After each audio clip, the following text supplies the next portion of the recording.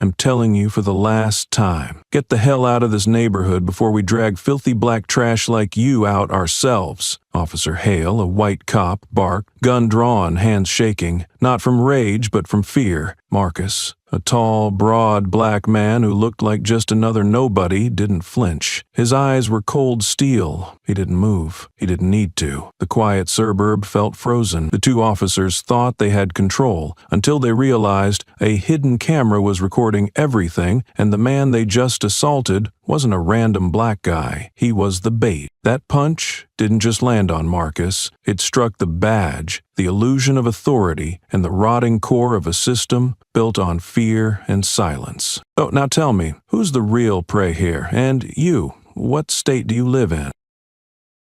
Was just walking, but that skin color made them pull their guns. The street named Clearfield Place lives up to its name in every sense, radiating an almost unnatural peace. The grass is trimmed into perfect squares, cut so precisely it looks like the lawnmower operator is obsessed with exactness. Each blade stands obediently, as if even a slight irregularity would disrupt the whole. The trees lining the street stand in flawless rows, their branches carefully contained, never allowed to stretch beyond their assigned territory. The neighborhood is a northern suburb of Charleston, a place where silence and order reign so strictly that even the bark of a dog can be considered a threat to community order. It is a world dominated by a monochrome whiteness, where appearances are pristine and conformity is enforced not just by social pressure, but by formal rules and vigilance. In the middle of this carefully curated white world, a black man appears quietly, calmly. His presence alone is enough to disrupt the surface calm,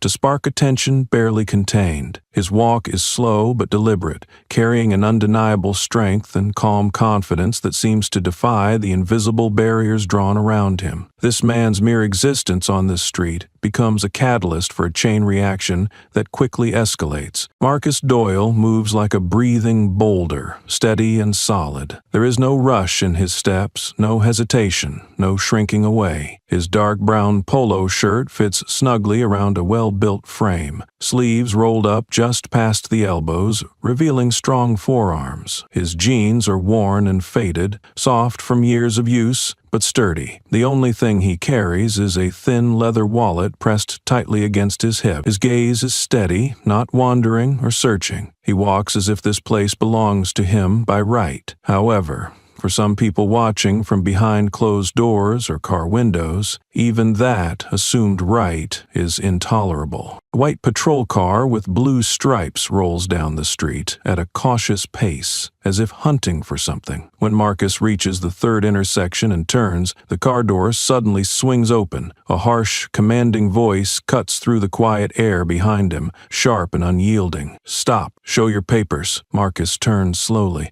with no sign of fear or urgency. Two police officers step out. Leading is Sergeant Hale, his face flushed with a mix of sunburn and something else, an underlying irritation that looks like contempt. Close behind is Denton, a rookie, standing tensely, with his shoulders slightly hunched and one hand resting on his gun grip, waiting for a signal. "What's going on?" Marcus asks, his voice deep and even, like a calm lake just before a storm breaks. "I'm the one asking the questions," Hale snaps, his voice low and venomous, like spitting in someone's face. He closes the distance, eyes sliding over Marcus from head to toe as if inspecting defective merchandise. "What the hell are you doing here?" "Talking," Marcus replies simply. "Talking?" Hale bursts into a thick, mocking laugh that sounds nasty and cruel. He glances over at Denton and shares the derision, as though hearing a joke too ridiculous to ignore. "You think you can just wander through this neighborhood, a neighborhood of decent folks, without being questioned?" Marcus stands unmoving, like a milestone that has weathered storms for centuries. Leaves drift gently onto his shoulder. The wind whispers softly along along the street. Nobody reaches down to brush off the leaves, and nobody speaks a word. The tension hangs heavy in the air, so thick that even the slightest movement could set it ablaze. "What do you want me to show you?" Marcus asks again, his voice slow and measured, like dragging a blade slowly across skin to provoke pain without breaking it. Denton steps forward half a step, eyes alert and cautious. Hale remains silent for a moment, then smirks and takes a step back, not out of fear, but to reload mentally for the next blow. "Let me be clear. Just looking at you annoys me. Your clothes are wrong. You make me uneasy. Do you have any papers?" Marcus pulls out his wallet with a deliberate slowness, a silent challenge. Hale glances inside, but Marcus never takes his eyes off Hale's face, holding the gaze without blinking. "Where I'm going isn't important," Marcus says quietly but sharply. "The real question is, am I being recorded?"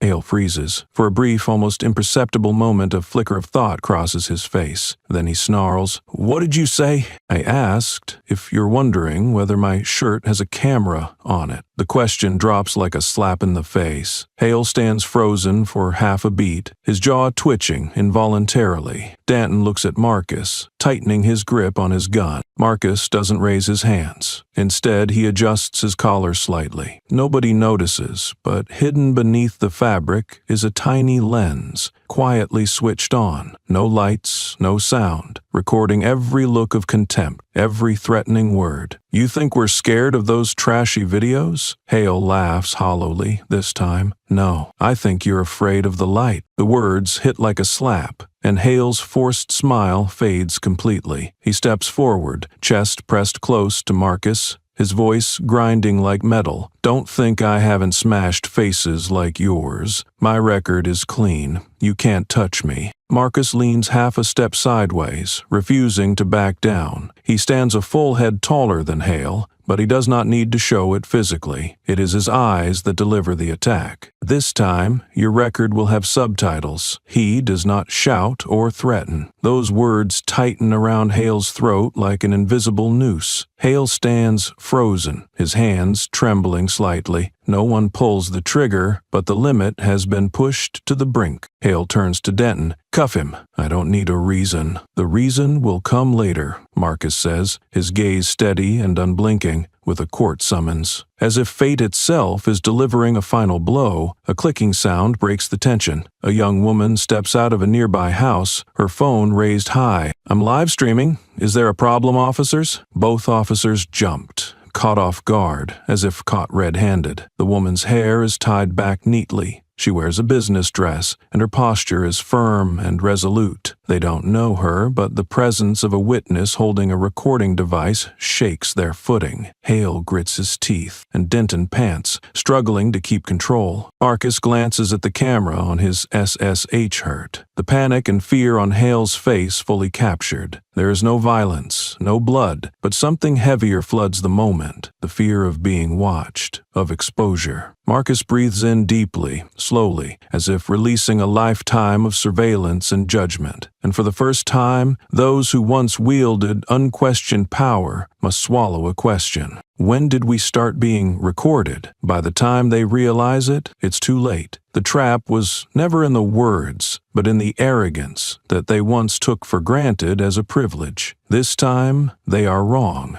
The midday sun hung high in the sky, casting a harsh, slanting light that stretched Marcus's shadow long and distorted across the sidewalk's worn tile, like a jagged crack ripping through the surface of the earth. The heat shimmered faintly in the air, but Marcus remained still, unmoving. The black man stood rooted in place as if anchored by some invisible force. His arms hung loosely at his sides, his palms turned slightly upward in a gesture that suggested harmlessness, a silent display of surrender that paradoxically made his stillness even more commanding. His whole body was unyielding, a solid pillar of steel, seemingly embedded deep into the tiled pavement beneath him. His eyes did not blink. His face was slightly tilted toward the approaching officer, not in submission, but with a look that mixed casual indifference and a maddening impenetrability, as if daring anyone to try and break through his calm. Denton hesitated for the briefest moment. exactly half a second, enough to feel the weight of that gaze settle on him like a physical force. Then, with a sudden step forward, he closed the gap. He exhaled sharply, grabbing Marcus's shoulder with a roughness that shook the air. The officer spun Marcus around, pressing him hard against the cold iron fence, edged with stone. Marcus's body did not resist at all. His legs remained firmly planted on the ground, unmoved by the officer's force. His eyes stayed locked onto the empty space straight ahead, ignoring the rough handling, as if those repeated presses against his body were nothing more than the irritating buzz of flies swarming behind his neck. "You're a big guy who doesn't know how to behave? You think this is a movie, or what?" Denton growled through clenched teeth. One hand gripped Marcus's neck tightly, while the other plunged straight into his pocket. But there was no careful, professional search here, no measured, respectful checking. Instead, Denton rummaged, dug and pulled as if trying to vent anger on a living object, as if Marcus himself were the target of a personal vendetta. Why is it here?" Bragg said. The wallet was ripped violently from Marcus's pocket, as if it were guilty of some unseen crime. It hit the tiled ground with a harsh sound. One corner bent awkwardly out of shape. Denton bent down quickly, snatched it up, opened it, and pulled out an identification card. But he only glanced at it briefly, dismissively, before he flung it to the ground like a piece of garbage, as if the ID and the person it belonged to were worthless. At that moment, Hale stepped forward. Each of his deliberate footsteps echoed in the quiet tension, driving a nail into the pride and spirit of the man standing before him. His eyes narrowed into a calculating squint, and the corner of his mouth curled upward into a half-smile. It was the kind of expression worn only by those who see themselves as the absolute arbiters of law, wielding it like a whip to control others. Without a word, Hale spat loudly onto the ground, the saliva landing near Marcus's shoes with a wet smack. The gesture was loaded with contempt, a deliberate act meant to humiliate. "You should be thankful we haven't sent you off like those guys in Chicago," Hale said, his voice thick with bitterness, cold and sharp like acid-burning flesh. The weight of those words fell like a massive stone, crushing the moment with their heaviness. Silence enveloped the scene immediately after. The young woman holding a phone remained frozen, her camera still recording everything. On the second floor of a nearby building, a window cracked open slightly, and a face peeked out, a face filled with unfamiliar worry and confusion, eyes wide and searching. Marcus slowly turned his head. The movement was deliberate and measured, not rushed but resolute. In his gaze there was no anger, no thunderous fury. Instead, there was a calm so cold and ruthless it seemed as if he had witnessed this exact scene hundreds of times before. He did not flinch, he did not plead, he simply waited for the precise moment to mark this memory indelibly. "I knew you would do this," he said, quietly, voice low but clear enough to be heard, "and the whole country will know." There was no need to shout or raise his voice, no pointing fingers or accusations. His words sank deep into the skin of those around him, settling into the atmosphere like a dark promise. Nobody moved. The tension thickened. It felt as if the very air had lost its breath. Denton looked over at Hale. In his eyes, a shift had begun, a tiny fracture in the once unshakable confidence that had defined him. The sun continued to shine. The street remained still and quiet, with no shouts or struggles. But the balance of power had already shifted. It wasn't about weapons anymore. It was about a man standing perfectly still, carrying a gaze capable of piercing through the false pride worn by those who wore the uniform. Hale drew his gun. He did not raise it, but his hand stiffened. His index finger hovered just above the trigger, as if waiting for the wrong answer to be given. His eyes darted around nervously, at Marcus, at the open window on the second floor where an older white woman looked out, her face drained of color as if she had seen a ghost leave the clean streets of her neighborhood. Marcus saw everything, but he said nothing. He only lifted his chin slightly, just enough for the hidden camera clipped to his shirt to capture every syllable of his silent defiance, every shift of his glance. A black SUV slowed as it passed the scene. The driver did not stop, but kept his eyes locked on the confrontation unfolding. Another passerby pulled out their phone and began recording. Hale knew he was being watched, yet that awareness only made him more unsettled. To back down meant losing face. To press on meant no turning back. Sweat began to bead and trickle under his gun hand. The power he thought he held now felt like a misfired mine ready to explode. "Cuff him!" Hale barked sharply. His voice had lost its commanding tone and instead sounded like a blow thrown in the chaos inside his head. But Denton did not move. He stared at Marcus, then glanced at the phone recording the scene, then at the woman watching from the window upstairs. Without saying a word, he turned his back and walked quietly toward the patrol car, his steps soft and retreating, as if withdrawing from a battle he already knew he would lose. Marcus bent down, picked up his wallet, and brushed off the dirt as if wiping away the absurdity and humiliation that had just played out. He did not even glance at Hale. Instead, he spoke one sentence, sharp and cutting, like a verdict delivered without mercy. "You are writing your own names into history, not as witnesses, but as evidence." No one responded. No one touched him. But everything had already passed the point of no return. What had seemed like a routine administrative check had fractured the entire system, the system built on the backs of those it oppressed. And under that harsh midday sun, the black man remained standing. No resistance, no flight, no surrender. But now, no one dared to see him as someone who could be subdued. And that, precisely, was what made those in power tremble the most.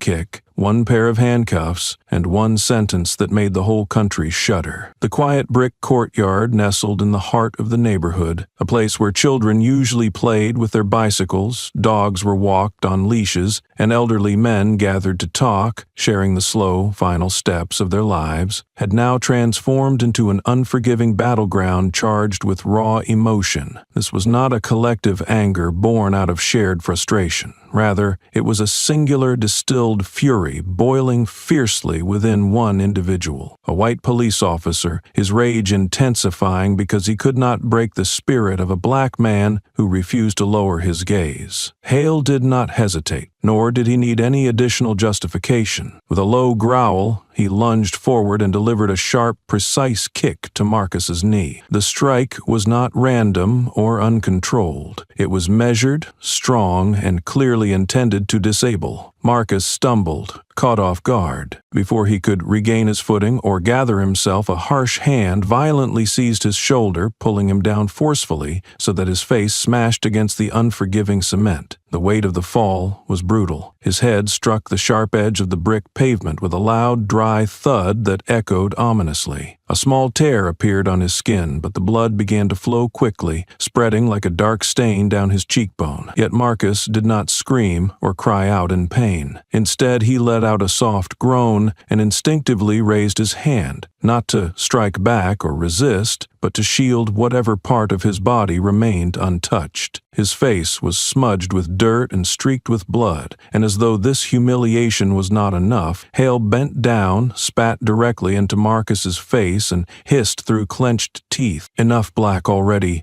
now add some humiliation to complete the package." The words were not just an expression of hatred. They revealed a disturbing sense of pleasure and satisfaction in humiliating another human being, both physically and verbal. Around them, the air seemed to freeze. No one dared to utter a sound. It was this very silence that made Hale's violent act resonate all the more sharply. Marcus did not fight back. He did not resist. His calm, composed demeanor in the face of such degradation only fueled Hale's rage further. The officer knelt down, flipped Marcus onto his back, and tightly secured his wrists with a pair of handcuffs, squeezing until the skin turned red and bruised. Then he pressed his knee firmly on Marcus's back, forcing him down with a weight that seemed meant to crush not just his body but his very existence. "Next time you want to go for a walk, wear a prison uniform. No need for anyone to guess, Hale spat, each word landing like a punch. Not a punch to the flesh, but a savage blow to Marcus's dignity. Marcus lay still, breathing deeply but unevenly. His breath was choked and harsh, blood stuck to his teeth, and dust clogged his throat. Despite the pain and discomfort, when he spoke, his voice was steady, piercing through the chaos with undeniable strength. If you're going to pull the trigger,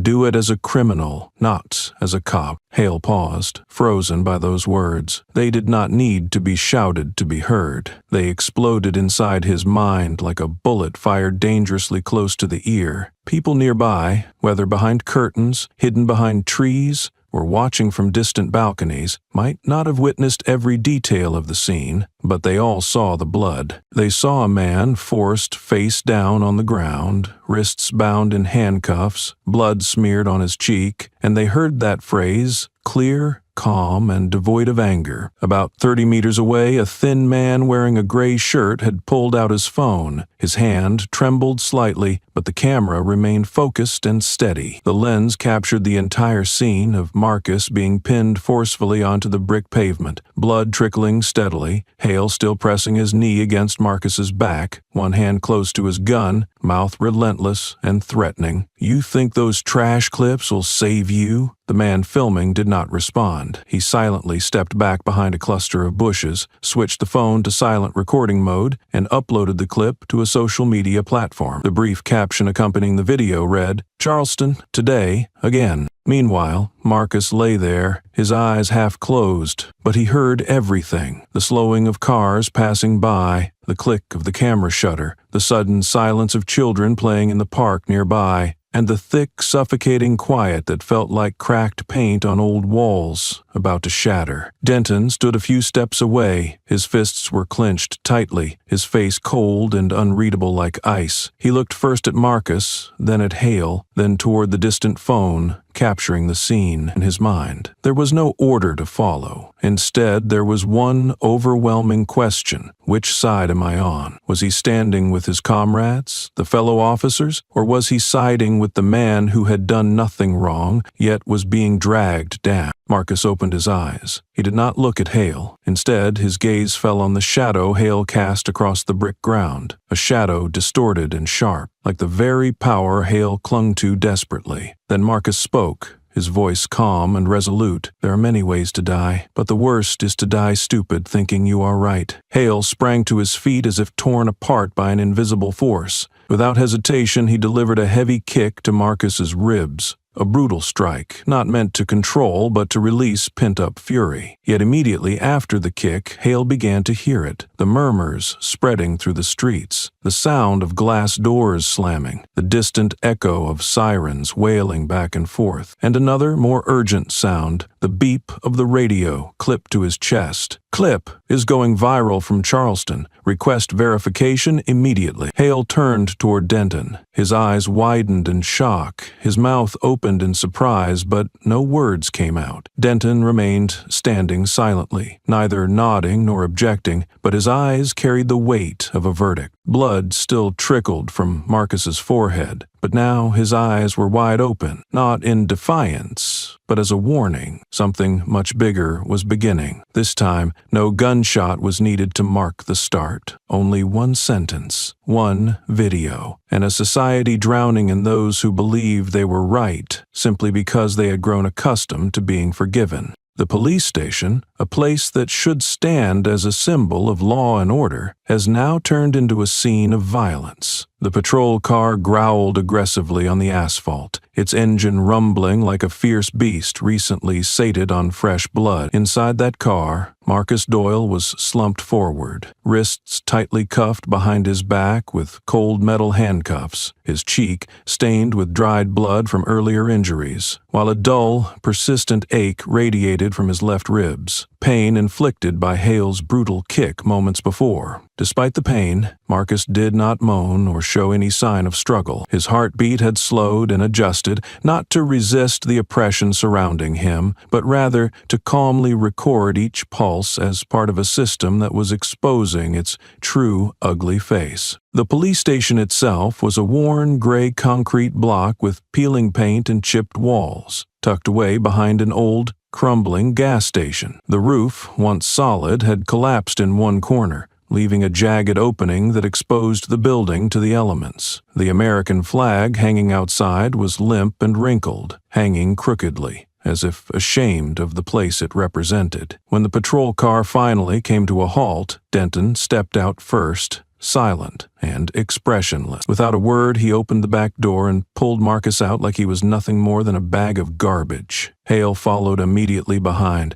his eyes wild and unrelenting, still burning with a rage that refused to cool down. Without hesitation, Hale grabbed Marcus roughly and dragged him down the narrow hallway, as if he were pulling a freshly caught trophy from the battlefield. At this station, no one bothered to read Marcus his Miranda rights. No one mentioned a lawyer. No one reminded him that he had the right to remain silent, because here the law was a malleable thing, a set of rules rewritten on the spot by those who wore the badge and wielded power. As they passed the intake area, a bald officer suddenly stood and delivered a sharp, forceful punch to Marcus's stomach. The punch was delivered with precision and control, enough to wind Marcus and cause him to double over, but not enough to break any bones. Marcus instinctively bent forward, his body reacting reflexively, but even in pain, his eyes stayed wide open. His gaze darted up to the corner of the room, where a small surveillance camera was mounted high on the wall, its red light blinking steadily and coldly. The clerk at the keyboard glanced at the scene without expression, offering no words, no intervention. This had become a well-rehearsed routine, a repeated act played out day after day. The sounds of heavy footsteps, fists hitting flesh, and cruel laughter blended seamlessly, flowing smoothly like the cogs of a violent machine that ran without orders or interruption. Hale then dragged Marcus into the interrogation room, a small, confined space enclosed by 4 pale yellow walls that reeked of old sweat and neglect. The ceiling fan creaked as it spun slowly above, while the flickering overhead light cast uneven shadows around the room. In one corner, a tiny camera no larger than a fingertip sat watching silently. To Hale, it now felt less like a tool and more like the claw of something sinister beyond his control. Hale dropped into a chair and pulled a file from a stack on the table, but made no move to read it. Words were unnecessary. His goal was not to seek truth, but to intimidate. Sit there. Shut up. You're not a person anymore. Just the latest label slapped on you. Troublemaker. That's all you are. Hale clicked his pen and tapped the table rhythmically, each tap sharp and deliberate, like a slap landing silently but firmly. Marcus sat upright, motionless. The dried blood on his cheek had turned into rusty, dark lines along his skin. He avoided looking directly at Hale and instead fixed his gaze straight ahead, as if speaking to a greater presence beyond the room.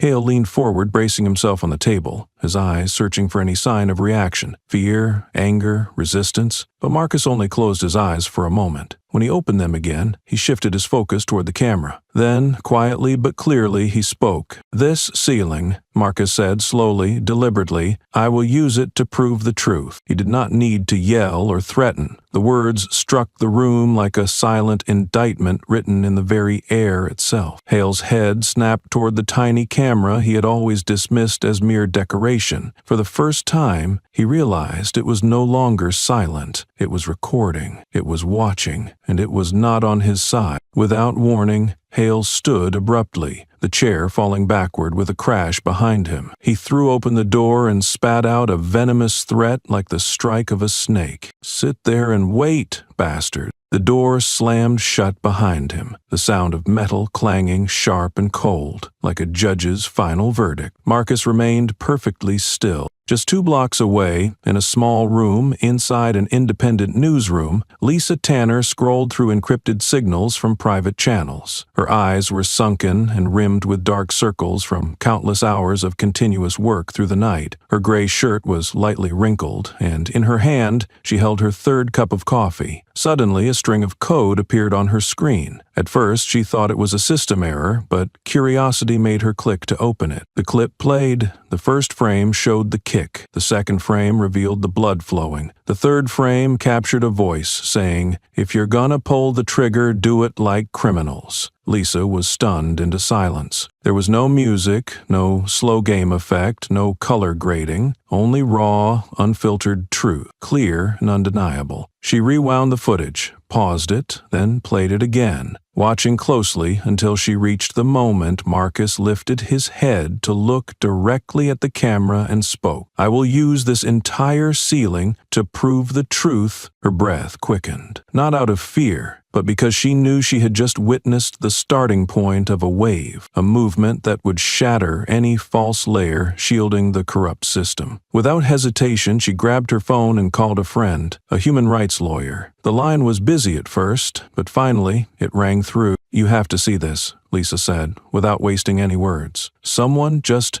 turned their own shirt into bait, and the entire system took the hook. Back at the police station, Marcus remained seated, motionless. He had no need to shout or fight back. Every byte of data was silently transmitted. Every frame was being sent through secure channels. Every word spoken was escaping those four walls, not to seek permission, but to expose the truth. And from that moment on, the truth was no longer optional. It had been unleashed. It's not fake news. It is the live truth. No one can intervene in time. Lisa's hand trembled slightly as she carefully dragged the timeline slider on her video player, her eyes fixed on the screen, stopping exactly at the precise moment when Marcus raised his head to look up at the ceiling. She was not the kind of person to be weak or to give in easily to pressure, nor was she the type of journalist who chased sensational headlines or sought to create drama where none existed. Yet, after spending many years in the field, witnessing countless stories and events, this was the very first time she encountered a video that required no editing, no addition of background music, no special effects or embellishments, but still carried an overwhelming power, strong enough to expose and strip bare an entire system that had been desperately trying to uphold a mask of morality and righteousness. She carefully selected a clip that lasted exactly 37 seconds. She did not add any captions or subtitles. She refused to use any visual effects or overlays. No logos or watermarks were placed on the footage. It was simply raw footage showing a black man being violently pushed to the ground, spat upon directly in the face, and then delivering a sentence so sharp and cutting it was like a scalpel cutting open the rotten belly of the system itself. "If you pull the trigger, then do it as criminals, not as police." Lisa decided not to share this clip through her real account, knowing the risks involved. Instead, she chose an anonymous sharing platform, a space she often used to gauge public reaction before embarking on larger, more formal reports. There was no description accompanying the clip, no tags added to influence search or categorization,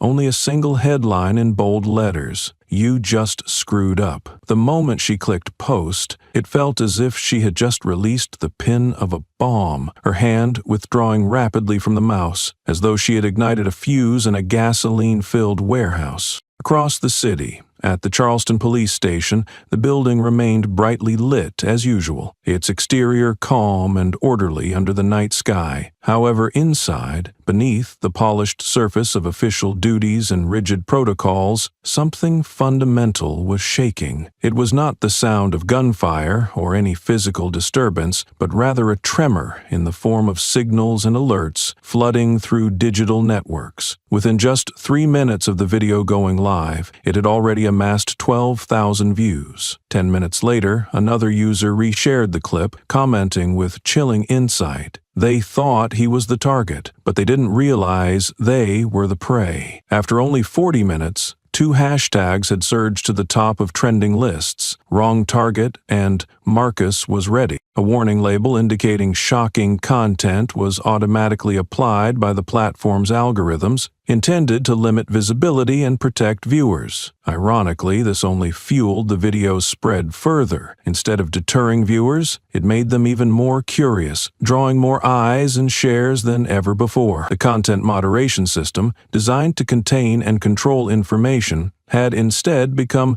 little more than a backdrop against which the video exploded across social networks, impossible to suppress or contain. In the police station's control room, Denton sat frozen, staring intently at the screen of his phone. His eyes flicked rapidly across lines of comments, shares, and reactions until they rested on the still frame of Marcus. Blood dripped slowly from a wound on Marcus's forehead. His eyes filled with determination and clarity, and his words echoed like a somber drumbeat, reverberating through the station. You are writing your own history, not as heroes, but as evidence. Denton abruptly stood up and hurried down the hallway. The fluorescent lights flickered rhythmically above him, casting an eerie, staccato glow as if the entire building itself was straining under the weight of fear and uncertainty. He arrived at the door to the interrogation room, raising his hand to knock, but then hesitated, frozen in place. From inside came the voice of Hale, deep and confident, laced with an authoritarian tone. I've dealt with many like this. No one dares to speak up. Denton's feet remained rooted, neither stepping inside nor retreating. In that moment, he ceased to be a mere officer of the law and became a witness to a system that had long thrived by enforcing its own rules and silencing dissent. Inside, Marcus remained seated quietly. He did not look at Hale or respond to his provocation. Yet, hearing those words, Marcus tilted his head toward the door and gave a brief, knowing smile, a subtle sign that the plan was unfolding as intended. This time, there is a mouth prepared in advance, Marcus said softly, not loud enough to be heard beyond the door, but clear enough to pierce through the slight gap in its frame. Denton gripped the door handle tightly, but dared not push it open. His hesitation was not born out of fear of Marcus himself, but because something inside him had just shattered. A new void was forming, one defined by a loss of control over the situation and the narrative. Outside, the video's reach continued to expand rapidly. A law student in California wrote, "Every time they tell black people to be silent, there is someone like Marcus who turns the camera on." A single mother in Minneapolis posted, "I used to tell my son not to go too far. Now I teach him how to hide a camera." Lisa remained motionless in front of her screen, eyes glued to the graph, showing the meteoric rise in view. She did not wait for approval from her newsroom or permission from higher-ups. For the first time, the truth was finding its own path, without reporters, without editors shaping the story. She opened her laptop and began typing the headline for the upcoming analytical dossier. It was not a traditional investigative article, but rather the initial file marking the start of a nationwide reckoning. Meanwhile, back at the station, Hale remained unaware of the storm raging outside. He believed any damaging video would have been blocked or deleted by now. He still clung to the illusion that power resided within this room, in his gun, in the silence imposed on the handcuffed suspect. But outside, the name Marcus Doyle had appeared across every major platform, from Twitter to Telegram, from Reddit to Instagram. It was discussed on human rights forums,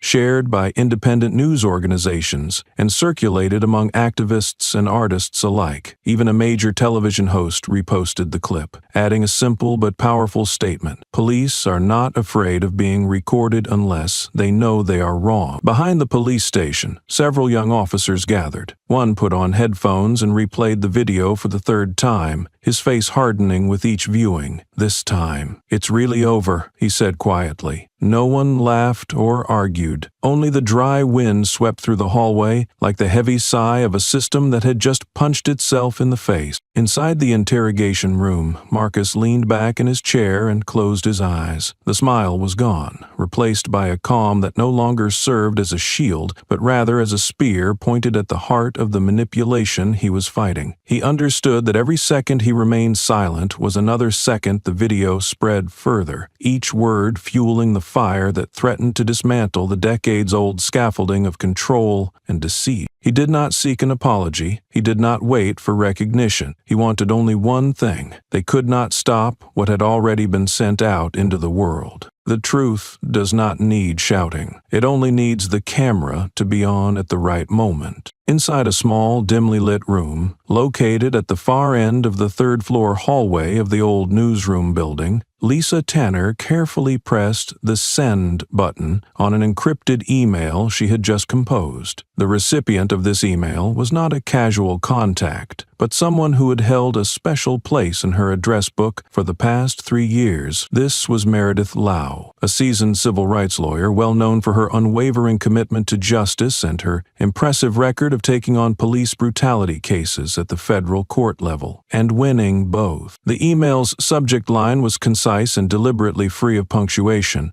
reading simply, "Full raw data of Marcus Doyle. Urgent." Attached to the email was a file containing the full directional footage captured by the hidden camera discreetly installed in Marcus's shirt button. The video was entirely uncut and unedited. It included not only the first 37 seconds that had previously ignited a massive uproar on social media, but also almost 18 additional minutes of footage. This extended segment revealed everything: every single word spoken, every glance exchanged, every kick landed, every action taken, and even those moments of silence that sent shivers down the spine of anyone watching. The rawness and completeness of the footage exposed the stark reality that no manipulated report could ever capture. Without waiting for any immediate response, Lisa opened a new browser tab on her computer and began preparing a digital analysis post. She carefully synchronized a detailed timestamp log with the video footage, intending to cross-reference it against the official statements she anticipated would be distorted or manipulated to serve another narrative. Her instincts told her this was inevitable, and unfortunately, she was right. At the Charleston police station, Hale sat at the captain's desk in the on-duty office, a standard arrest report spread out before him. He held a pen, as if by routine, his hand moving out of habit rather than intent. Hale tilted his head slightly, took a drag from an unlit cigarette perched in his mouth, then proceeded to write the first line without any hesitation. The subject resisted when asked to present identification, displayed threatening and defiant behavior toward law enforcement. After a brief pause, he added another sentence. Handcuffs had to be used because the subject pulled away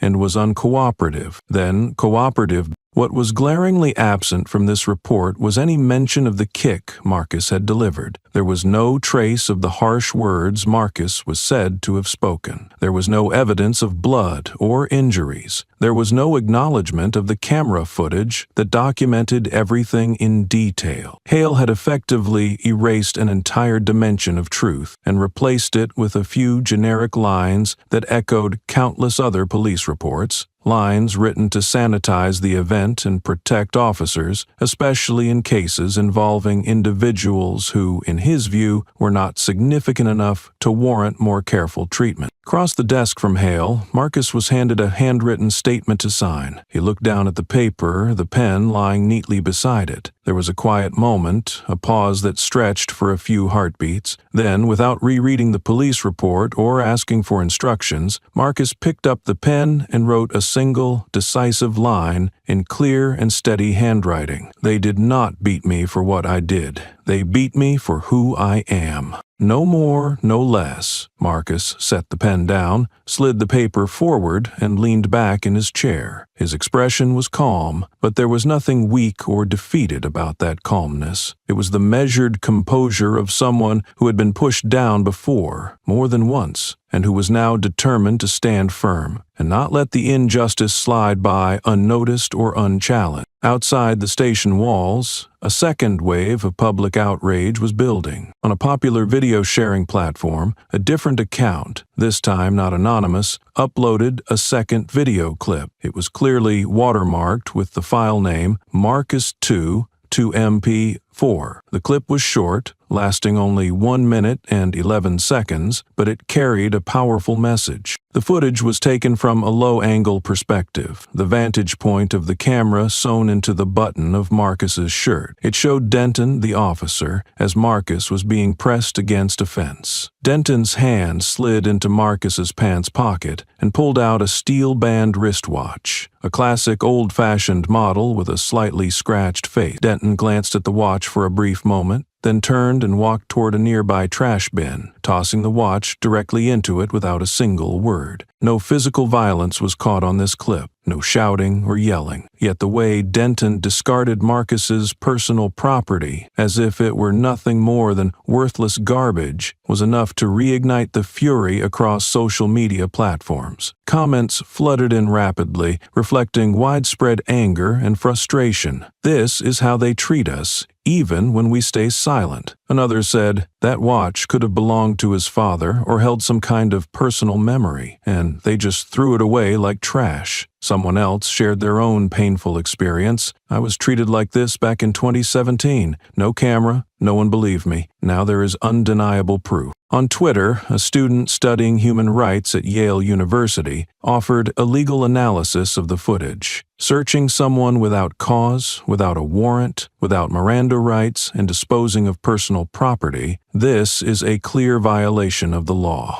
At the same time, Lisa received a call from Meredith. "The video is clear," Meredith said quickly, her voice resolute. "The evidence cannot be denied. I will begin drafting a request for a federal investigation immediately. Please send me Marcus's written statement." Lisa promptly sent a photo of Marcus's handwritten statement. One line, one signature, a single powerful sentence. Meredith was silent for a few seconds before responding. "I have represented many black clients before, but this is the first time I have seen someone condense an entire indictment into exactly 10 words." Back at the police station, Denton began to sense a shift in the atmosphere around him. The way people looked at him had changed. There were no more friendly pats on the shoulder, no more knowing smiles exchanged in private. Denton noticed several younger officers deliberately avoiding his gaze. One night shift officer pulled out his phone, glanced at Denton, then quietly folded it back into his pocket without saying a word. In the bathroom on the second floor, Denton locked the door behind him and opened a social media app. The second video had already amassed over 2 million views. A post accompanied the video showing a clear image of him searching Marcus's pockets with the caption, "This guy threw away his watch. Classic rotten power."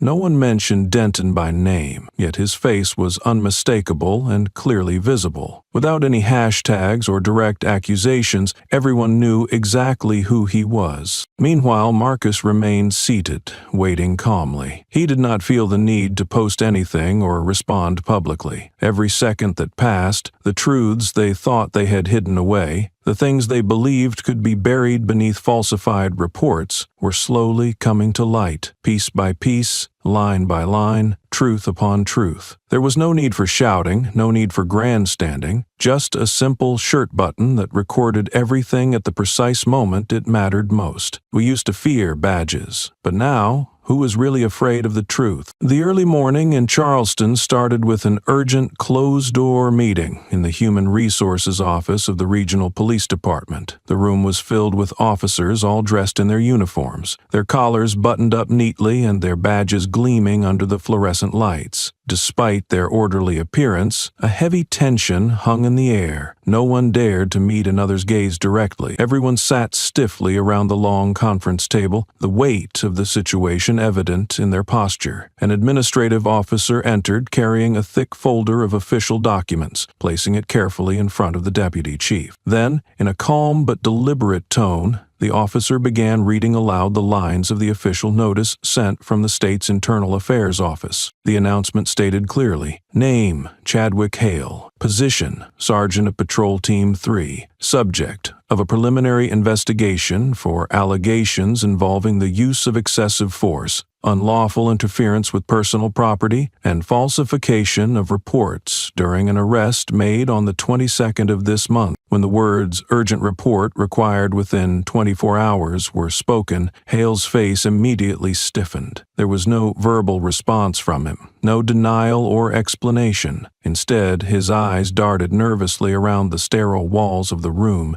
as if searching desperately for an exit that simply was not there. The silence that followed was heavy and suffocating. "Why? Perrin asked, looking at every person at the table seemed to hold their breath, acutely aware that the balance of power had shifted in ways that none of them could openly acknowledge. But the impact of the news did not remain confined to that meeting room. Just down the hall in the public reception area, a large screen broadcast the morning news from a national channel. The program had shifted its focus to the unfolding scandal involving the police department. The headline flashed boldly: "The Marcus Doyle arrest, false testimony, and allegations of racially motivated violence." Detton, a senior officer who had just entered the station, paused as the screen displayed Hale's name alongside the story. The news anchor's voice cut sharply through the room, delivering a pointed commentary. "We have attempted to contact the Charleston Police Department for official comments, but have only received 2 words in response: internal affairs." At the very same moment, in another corner of the city, inside a damp 2-bedroom apartment in the Edgewater neighborhood, a young black teenager sat on the cold floor. His hands trembled slightly as he clutched his phone, his heart racing with every beat. On the screen, a grainy video clip played on repeat for the 10th time. It showed Marcus Doyle being forcefully kicked to the ground. Despite the blood staining his face, Marcus's gaze remained fixed on the camera, unyielding and resolute. His voice, steady and unshaken,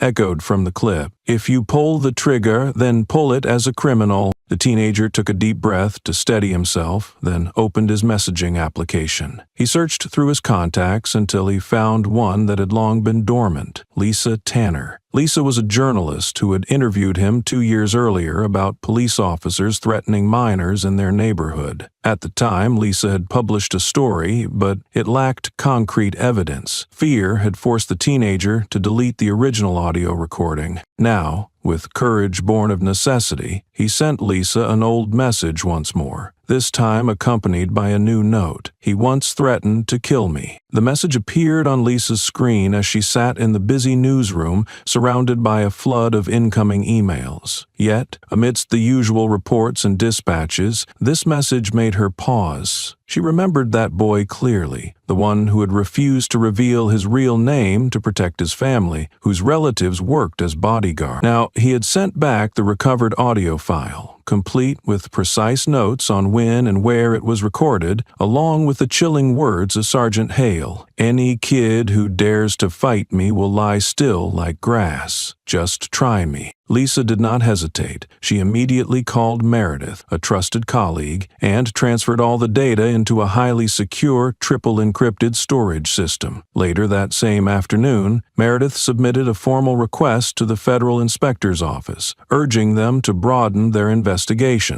Meanwhile, at the city detention center, Marcus Doyle remained in solitary confinement. He was cut off from phone access, completely unaware of the viral reach his story had achieved, the millions of views the footage had garnered, the countless messages of support, or the voices speaking out on his behalf. Yet when officers requested that he record an additional video statement, Marcus agreed willingly. He made no demands for a lawyer or media representation. The camera was switched on. The officer behind the lens pointed the device toward Marcus and simply instructed him to speak whatever was on his mind. Marcus sat upright, his posture firm. His eyes held neither suspicion nor caution. Instead, they were direct, cold, and resolute, as if he was addressing not the officer or an audience, but himself, reflected in a mirror. "I don't need anyone to save me," he said quietly, his voice steady. "I need them to see themselves in me." No one interrupted. No background noise disturbed the recording. No footsteps echoed through the hallways. Only the camera clicked once, a subtle confirmation that Marcus's words had been captured in full. Lisa received the video barely an hour later. She watched it 3 times. The first viewing was to understand the content. The second is to transcribe each sentence carefully. The third was to ensure the emotional truth in Marcus's eyes had not deceived her. That very evening, Lisa published her first article on the news platform she contributed to. The headline was simple, yet powerful. This was a setup. In her article, she did not merely retell the events chronologically. She described Marcus's eyes as he was pinned to the ground, the weight of injustice reflected in them. She recounted his words, spoken in the interrogation room, and examined the system built to make those in power seem untouchable. She included excerpts from the video testimony and a still frame of Marcus looking straight into the camera, with dried blood on his forehead. Her caption read, "He does not need slogans. He only needs not to bow his head." The article soared to the top of the charts, reaching #1 in less than 4 hours. The online community spread the story, not just for its facts,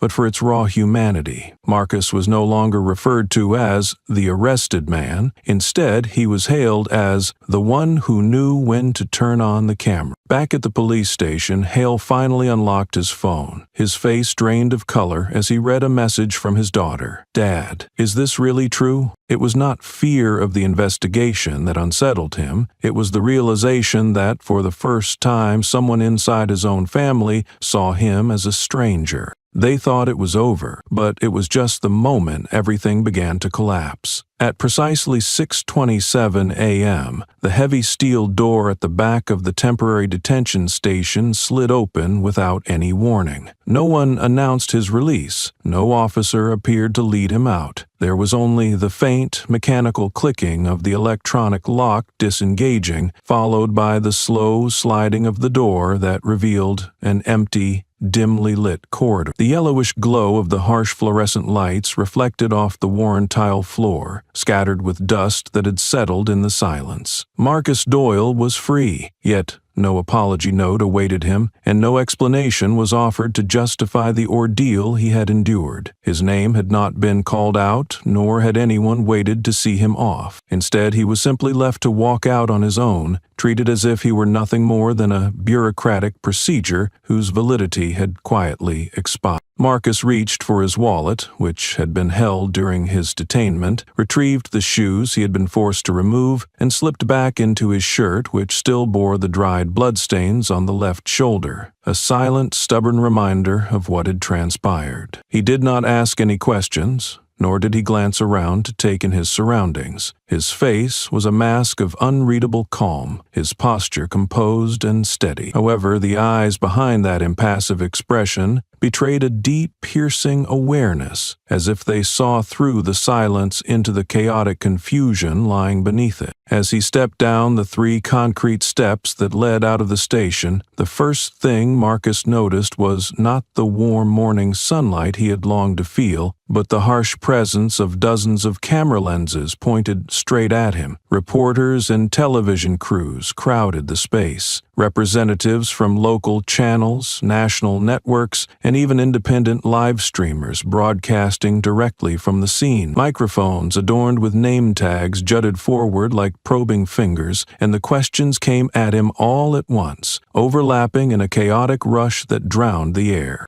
Do you have anything to say about what happened? Are you planning to file a lawsuit? Why do you think they targeted you? Marcus said nothing. He ignored the barrage of questions and walked steadily to the midpoint of the stairs, pausing just 1 step short of the sign marking the Charleston Police Department. The bricks beneath the sign seemed to shrink under the weight of the public's gaze, as if the very building itself felt the pressure of scrutiny. A microphone was then passed forward, held close to his mouth. Marcus looked straight into the closest camera lens, his voice calm and steady, neither hesitant nor hurried. "I am Marcus Doyle, and you have just shot yourselves in the career." No one expected his first words after 2 days of confinement to carry no bitterness or accusation. The statement resonated like a cold verdict, delivered plainly yet with undeniable force. It required no amplification, no dramatic flourish. Those present fell silent for several seconds, not because they lacked questions, but because they all understood that his response was enough to open a new chapter. Marcus then turned and walked away, descending the steps. A young man from the media tried to reach out, placing a hand on his shoulder, but Marcus gently shrugged it off. The quiet strength in his refusal spoke louder than any words, carrying a weight heavier than the questions that the press had lined up. Later that same afternoon, the Charleston television station aired a brief interview with Sergeant Chadwick Hale. Under soft studio lighting, Hale's face was heavily powdered, his uniform buttoned precisely and neatly, but his lips were tight and his eyes flickered with unease. The anchor asked, "What do you think about the public's intense reaction following the release of the video?" Hale cleared his throat, leaned toward the microphone,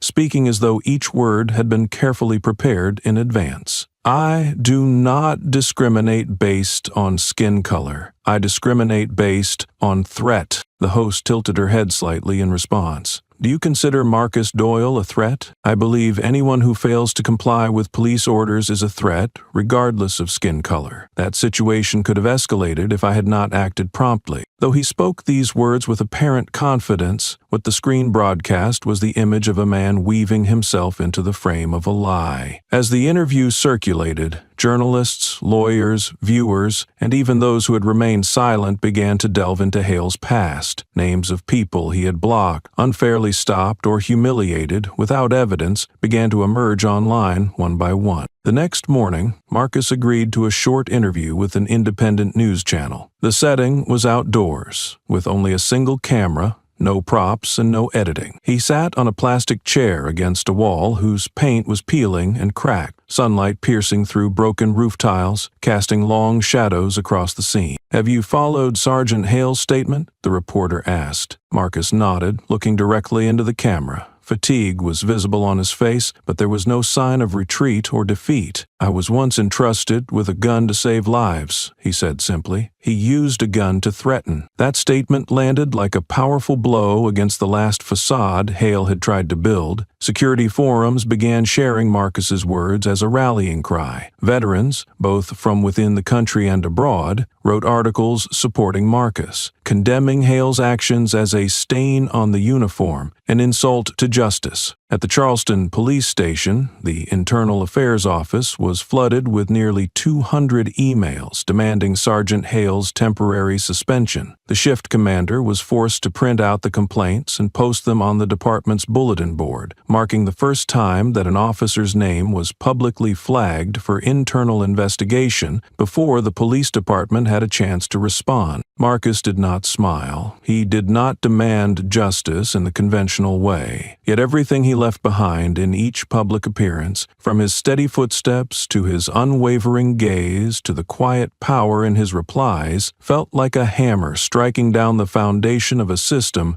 that had long believed itself immune to accountability. And by this moment, the entire city had started to realize clearly that what they had once thought was the conclusion was merely the beginning of a collapse. An unusual press conference took place on Monday morning at the headquarters of the Charleston Police Department. At the podium stood a man with graying hair, a cold face, and tired eyes. He was Chief Vernon Hale, unrelated to Sergeant Chadwick Hale, yet now forced to stand amid a storm bearing that very name. Behind him were rows of state flags, departmental emblems, and 3 senior officials. Facing dozens of cameras and microphones capturing every breath, he read the statement with an even tone, showing almost no emotion. "Sergeant Chadwick Hale and Officer Thomas Denton are temporarily suspended, pending verification and cross-checking of the details related to the incident on the 22nd of this month." Throughout the more than 3-minute speech, he never mentioned the phrases abuse of power, violence, or racism. Instead, he used vague terms like dispute, situational imbalance, and misunderstanding from the community. The more he spoke, the more he seemed like a man trying to step over a pool of blood without leaving a mark. Reporters did not miss this. A journalist from the South Carolina Tribune directly asked, "What do you think about the third video that leaked this morning?" He hesitated for half a second, enough to reveal that he knew of its existence. The third clip did not come from Marcus's body camera. It was extracted from the security camera system of a house on Clearfield Road, discovered accidentally by the homeowner while reviewing footage. They sent it to a non-profit organization specializing in monitoring police violence. After just 45 minutes of verification, the video appeared on every platform. The clip was 26 seconds long. Silent, without zoom, but clear enough. Hale kicked Marcus in the back while he was already pinned down, one hand cuffed. He did not just kick. He bent close to Marcus's ear, smirking, then uttered a sentence that stunned all viewers into silence. They only understand knees. No subtitles were needed, no explanation required. The words sounded like an axe, splitting the last shred of trust that some members of the public still held for law enforcement. Lisa Tanner received the original clip from a reliable source. She did not write anything. She only posted a single frame of Hale bending down to speak, eyes tight with satisfaction, with a brief caption, "No one died, but a system just started to bleed."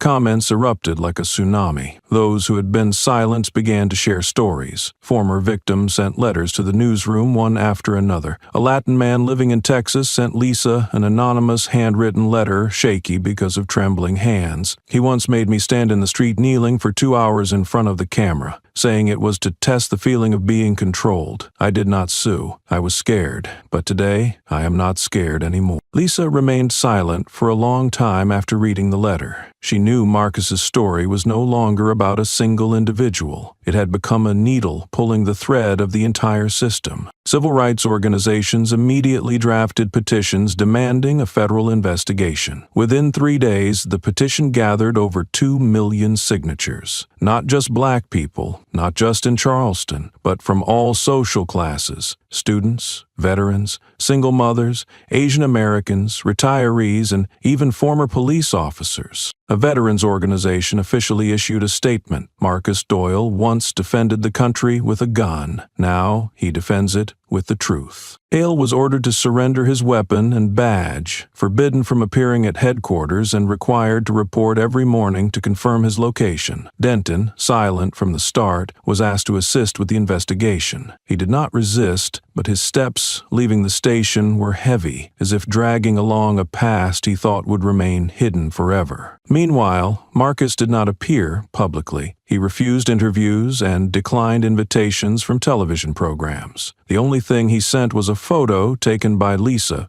overlaid with a single sentence from him. "I am not trying to take them down. I just want them to look at themselves for the first time without avoidance." And amid the chanting crowds protesting outside City Hall, amid the non-stop headlines published every hour, amid the flood of chaotic emails pouring into the police station, one thing became clear. This story was no longer Marcus's alone. It was the first crack, the crack that opened all the wounds, long covered with cement and white paint. No one died, but a system began to bleed. Identity is no longer a surprise. It is what makes them panic. A single status appeared on former Captain Benedict May's X account, a former officer of the Army Special Forces who had led many missions in the Middle East. If it were not for Marcus Doyle, dozens of civilians would have died that year in Syria. He does not need others to defend him, but if he needs me to testify, I am ready. Under the post was a blurry photo taken from afar through smoke and dust. A muscular man with broad shoulders, his face covered by a military scarf, carrying a little girl running away from a burning building. In the photo, 2 other American soldiers provided cover,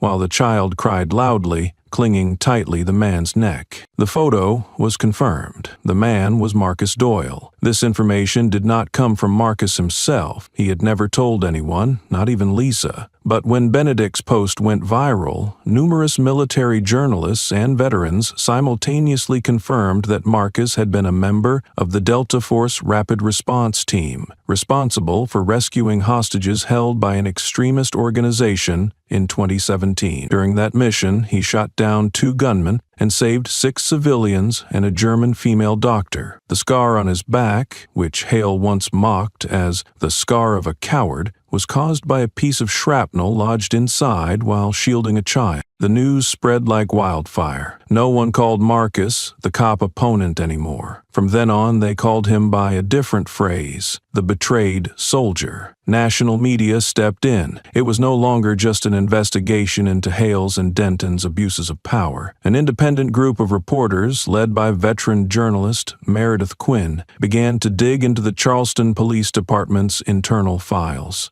Within 48 hours, they released their first findings. Hale had been investigated twice for excessive use of force. One case resulted in a teenager's broken ribs. Another caused a woman to miscarry after being pushed down. Both cases were dismissed due to lack of objective evidence. The officer who signed off on not pursuing charges, Deputy Chief Gregory Flint, was also Hale's godfather and an old schoolmate of his parents. This tangled web of relationships was exposed as the community screamed for truth. That evening on television, the program The Truth Hour invited Lisa Tanner and Marcus Doyle as main guests. Opposite them were two conservative political analysts and a former police inspector, brought in to censure balance. But within the first 3 minutes, the entire balance collapsed. Lisa was uncompromising. She opened by replaying the video of Hale spitting in Marcus's face, then asked a single question in the studio. If the man in that clip were your brother, what would you say today? The audience fell silent. Marcus did not sit down. He stood up. The light shone directly on the small scar behind the collar of his gray shirt. His voice was low and hoarse, but clear with each word. I do not regret being silent before. I only regret not doing this sooner. No one interrupted. A former officer tried to say something, but shut up when Marcus's gaze landed right on him. After the broadcast, searches for Marcus Doyle's Syria skyrocketed. Numerous veterans shared photos, memories, and handwritten letters from him,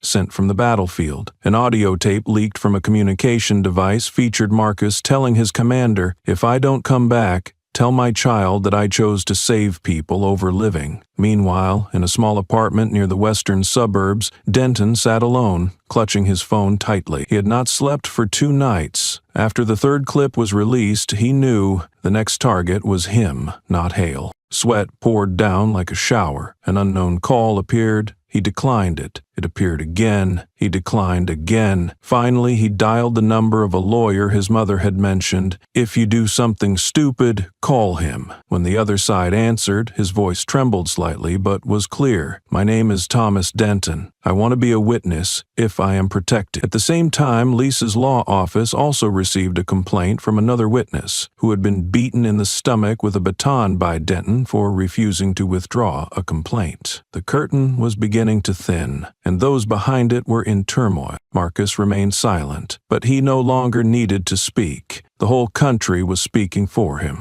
They once destroyed others' honor with a slap. Now they are exposed by a single look. Denton sat at the Internal Affairs interview table, his hand trembling slightly, betraying the turmoil beneath his composed exterior. The name tag that once adorned his chest was gone, along with the gun that had hung at his hip like a constant reminder of power. His usual grim and unreadable expression had softened, replaced by something more vulnerable, more uncertain than when he had first walked into this room. Before him sat 3 members of the Internal Investigation Unit, their faces serious, focused on the task at hand. A lawyer representing the department was also present, sitting quietly but attentively, ready to intervene if necessary. The fluorescent lights overhead flickered faintly, casting cold shadows across the sterile room. As seconds ticked by, the atmosphere grew heavier, suffused with a silent pressure that weighed on everyone's shoulders. The first person to break the silence was not the lawyer, but one of the state investigators. His voice was calm, but carried a sharp edge of warning. "You understand that your statement here can be considered an act of betrayal, correct?" Denton nodded slowly, without protest, without trying to bargain for leniency or set any conditions. He met their gazes squarely and began to speak, his voice steady and clear. He did not linger unnecessarily on any detail, yet every word was deliberate and precise enough that no one in the room dared interrupt or question him. A man once said, "Black people only understand the law when a gun is pointed at their face." And that time, he really drew his gun. It was a boy, no older than 16. The kid was holding a bag of potato chips as he walked out of a convenience store. He didn't resist, didn't argue or protest. Yet Hale pressed his gun to the boy's face and laughed. "Now do you understand the law?" The room fell into a heavy silence after that. The small recording device on the table blinked its red light steadily, capturing every word and every pause. Danton lowered his head, but this time it was not from fear or shame. It was voluntary, a sign of the burden he now carried. Before leaving the room, he uttered one last statement, something no one in the investigation wrote down because all eyes were fixed on him and his gaze. "I'm not switching sides. I'm just no longer pretending to be blind." The internal hearing was fully recorded, but before it could be archived in the official system, a segment of it was leaked. Just like all the incidents following Marcus's arrest, this leak sent shockwaves through social media, igniting a firestorm of public outrage and demand for justice. The clip showing Marcus confronting the officers through a video screen became the most widely shared piece of footage. Marcus appeared on camera wearing a simple gray shirt, arms folded across his chest, his eyes not burning with anger, but chillingly cold. That coldness was not born of hate, but of deep understanding. He knew that silence could kill more effectively and slowly than any bullet. "How many years did you choose to stand with violence?" Marcus asked Denton. "Or did you only change sides when the lights came on?" Denton was left speechless. The question required no verbal answer. It was as if it had been scripted, not for Denton alone, but for the millions of viewers watching the hearing unfold online. That very evening, in a small conference room at the city's medical center, a white woman with brown hair tied low, wearing a faded blue nurse's uniform, appeared in front of the local television camera. She introduced herself as Rachel Lynham, the head night nurse at Mercy Hill Hospital. "I was the first to treat Marcus Doyle's injuries after he was released," she said, her voice steady but filled with quiet resolve. The cut on his forehead had already begun to scab over. However, the blood vessels under his shoulder were still slightly damaged from prolonged pressure. "I have treated dozens of patients who were victims of police brutality." She paused for a moment, her eyes scanning the room behind the camera, as if searching for the right words. "But this was the first time I saw someone fight back so powerfully, not because of physical strength, but because, despite the pain and bleeding,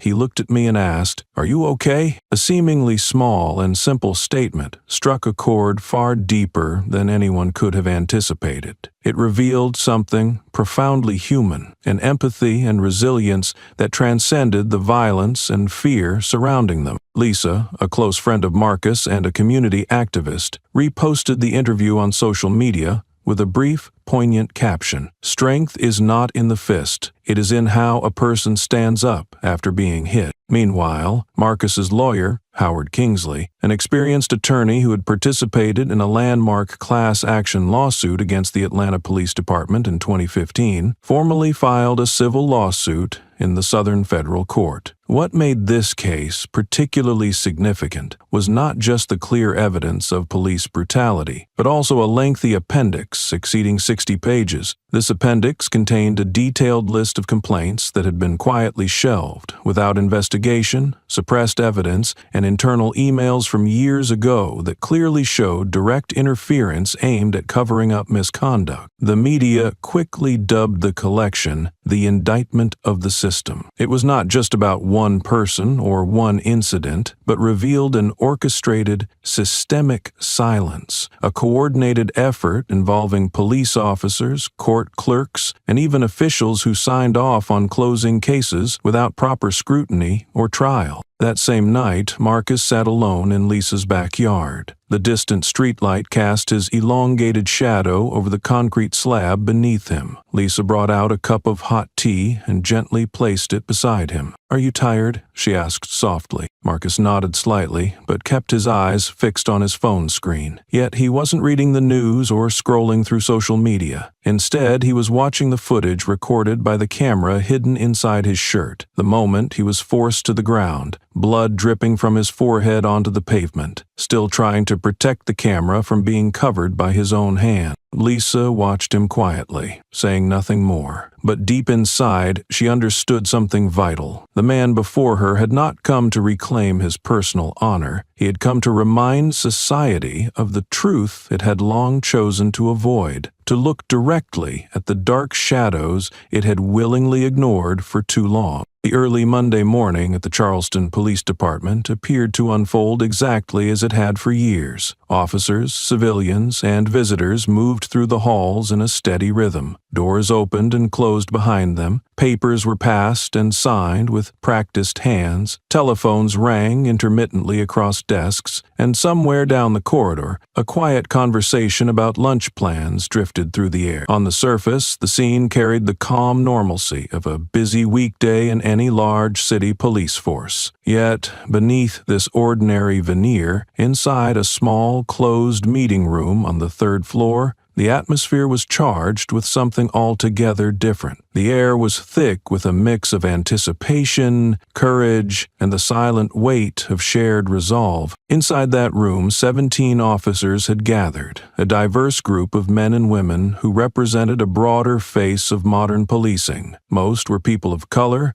many Latinx, all under the age of 35, symbolizing a younger generation ready to confront hard truths. They sat or stood together, united by a common purpose. Their hands moved to sign an internal document titled Justice Within, a statement born from both frustration and hope. This declaration was the brainchild of Lieutenant Deshaun Fields, a black officer originally from North Charleston. Fields was well respected within the department and the community, having graduated at the top of his academy class just 3 years prior. As he stood before his colleagues, his voice was calm and measured, but it carried a steel edge that betrayed the firm determination behind his words. "We are not doing this to betray the force," Fields began carefully, looking each person in the eye. "We are doing this to protect it from those who are tarnishing the name of to protect and serve." The statement they signed was clear and uncompromising. It included 3 essential commitments. First,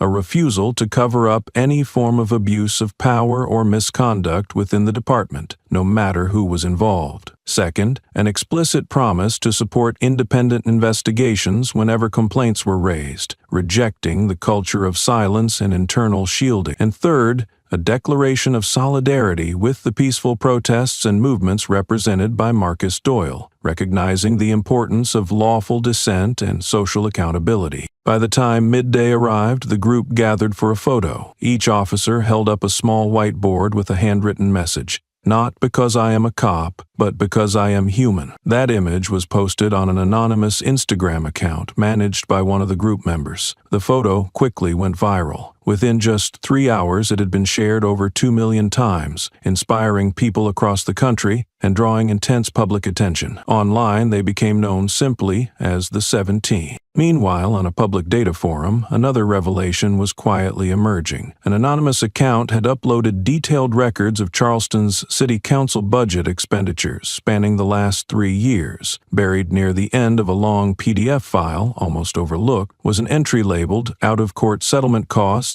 Item 4.2. This line revealed that more than $860,000 0 cents had been paid to families filing lawsuits alleging police misconduct. None of these settlements had been reported by the media. No official apologies had ever been made public. Instead, every case had been settled silently, with no acknowledgement, no accountability. The media soon dubbed this the Silence Fund, a phrase that echoed through newsrooms and social feeds alike. Ordinary citizens, however, called it by its truest name: buying silence with taxpayers' money. This exposure sparked a wave of investigative reporting. Journalists from ProPublica, NPR, and even the BBC converged on Charleston, eager to uncover the full story behind these hush payments and the larger issues they reflected. At the heart of this storm stood Marcus Doyle, a man whose quiet strength had become a beacon for change. Yet Marcus himself chose to remain low profile. He agreed to just one interview,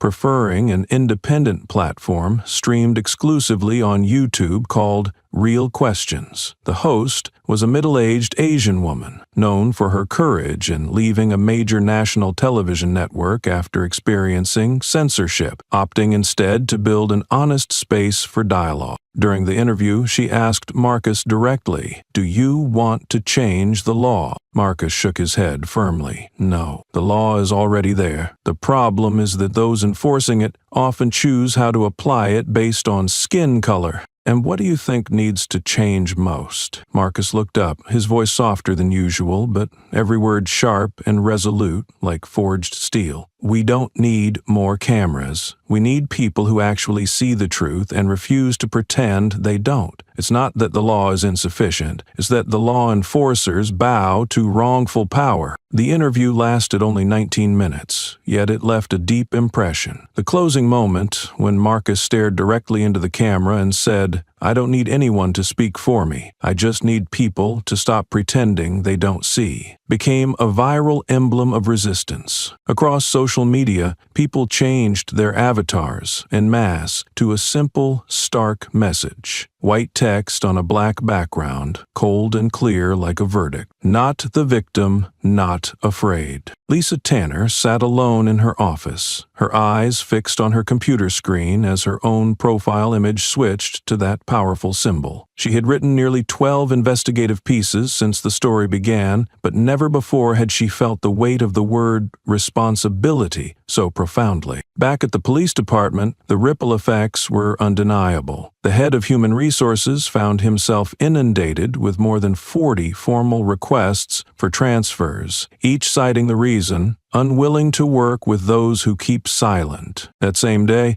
3 city council members faced demands to publicly explain their actions to the citizens. These were the very officials who had once sat comfortably in power, deciding how many lives were compensated behind closed doors without delivering justice. Now, they had to sit opposite the people they had long ignored. Marcus did not attend the hearing. Instead, he was at his mother's house in southern Charleston. The backyard still carried the fresh scent of turned earth, where she was tending to new vegetable beds with quiet care. "Mom, you're not angry with me, are you?" he asked gently, helping her wash her hands in the small kitchen sink. "Angry?" Her gaze met his with a softness mixed with the sharpness of someone who had taught him right from wrong. "I'm just sorry they never knew you from the start, because if they had, they would have chosen someone else to mess with." For the first time in many days, Marcus laughed, a sound not of relief that the struggle was over, but of knowing that this time, the ones exposed were no longer the victims. They were those who once thought themselves untouchable. The verdict had not been pronounced, but justice had already named who stood tall. It was a Wednesday morning at Charleston County Court. The corridor leading to courtroom number 4 was lined with law enforcement officers standing in neat formation. The atmosphere was quiet, but charged with anticipation, the kind that presses on the chest without any audible noise. The defendant, Sergeant Ryan Hale, was about to face his first preliminary hearing. Unlike the dramatic scenes often depicted on television or in movies, there were no flashing sirens, no clinking of handcuffs, and certainly no orange prison jumpsuit. Instead, there was a calm tension, as though the weight of years of actions was finally about to be measured not by spectacle, but by law. For the very first time in his 17-year career, the name Hale was spoken aloud by a judge in this courtroom, not as an accolade, but to formally announce the charges against him: abuse of power, threatening a citizen, fabrication of investigation reports. The prosecutor's voice was steady and deliberate, each accusation striking like a hammer against the armor of authority Hale had wrapped himself in for nearly 2 decades. Hale sat quietly, his body rigid, neck stiff, as if bracing against the storm, chin raised defiantly, eyes darting towards his defense lawyer, but offering no words. His lawyer sighed deeply. They had already heard the damning audio evidence that was about to be presented. The recording lasted just 1 minute and 30 seconds, and had been made 8 months prior in a private break room meant only for officers. The unmistakable voice of Hale echoed through the room, cold and instructional. "Cases like this, we just stir up a fuss for a few days, then they get bored. People have short memories, especially journalists. We just need to stand firm for a few weeks.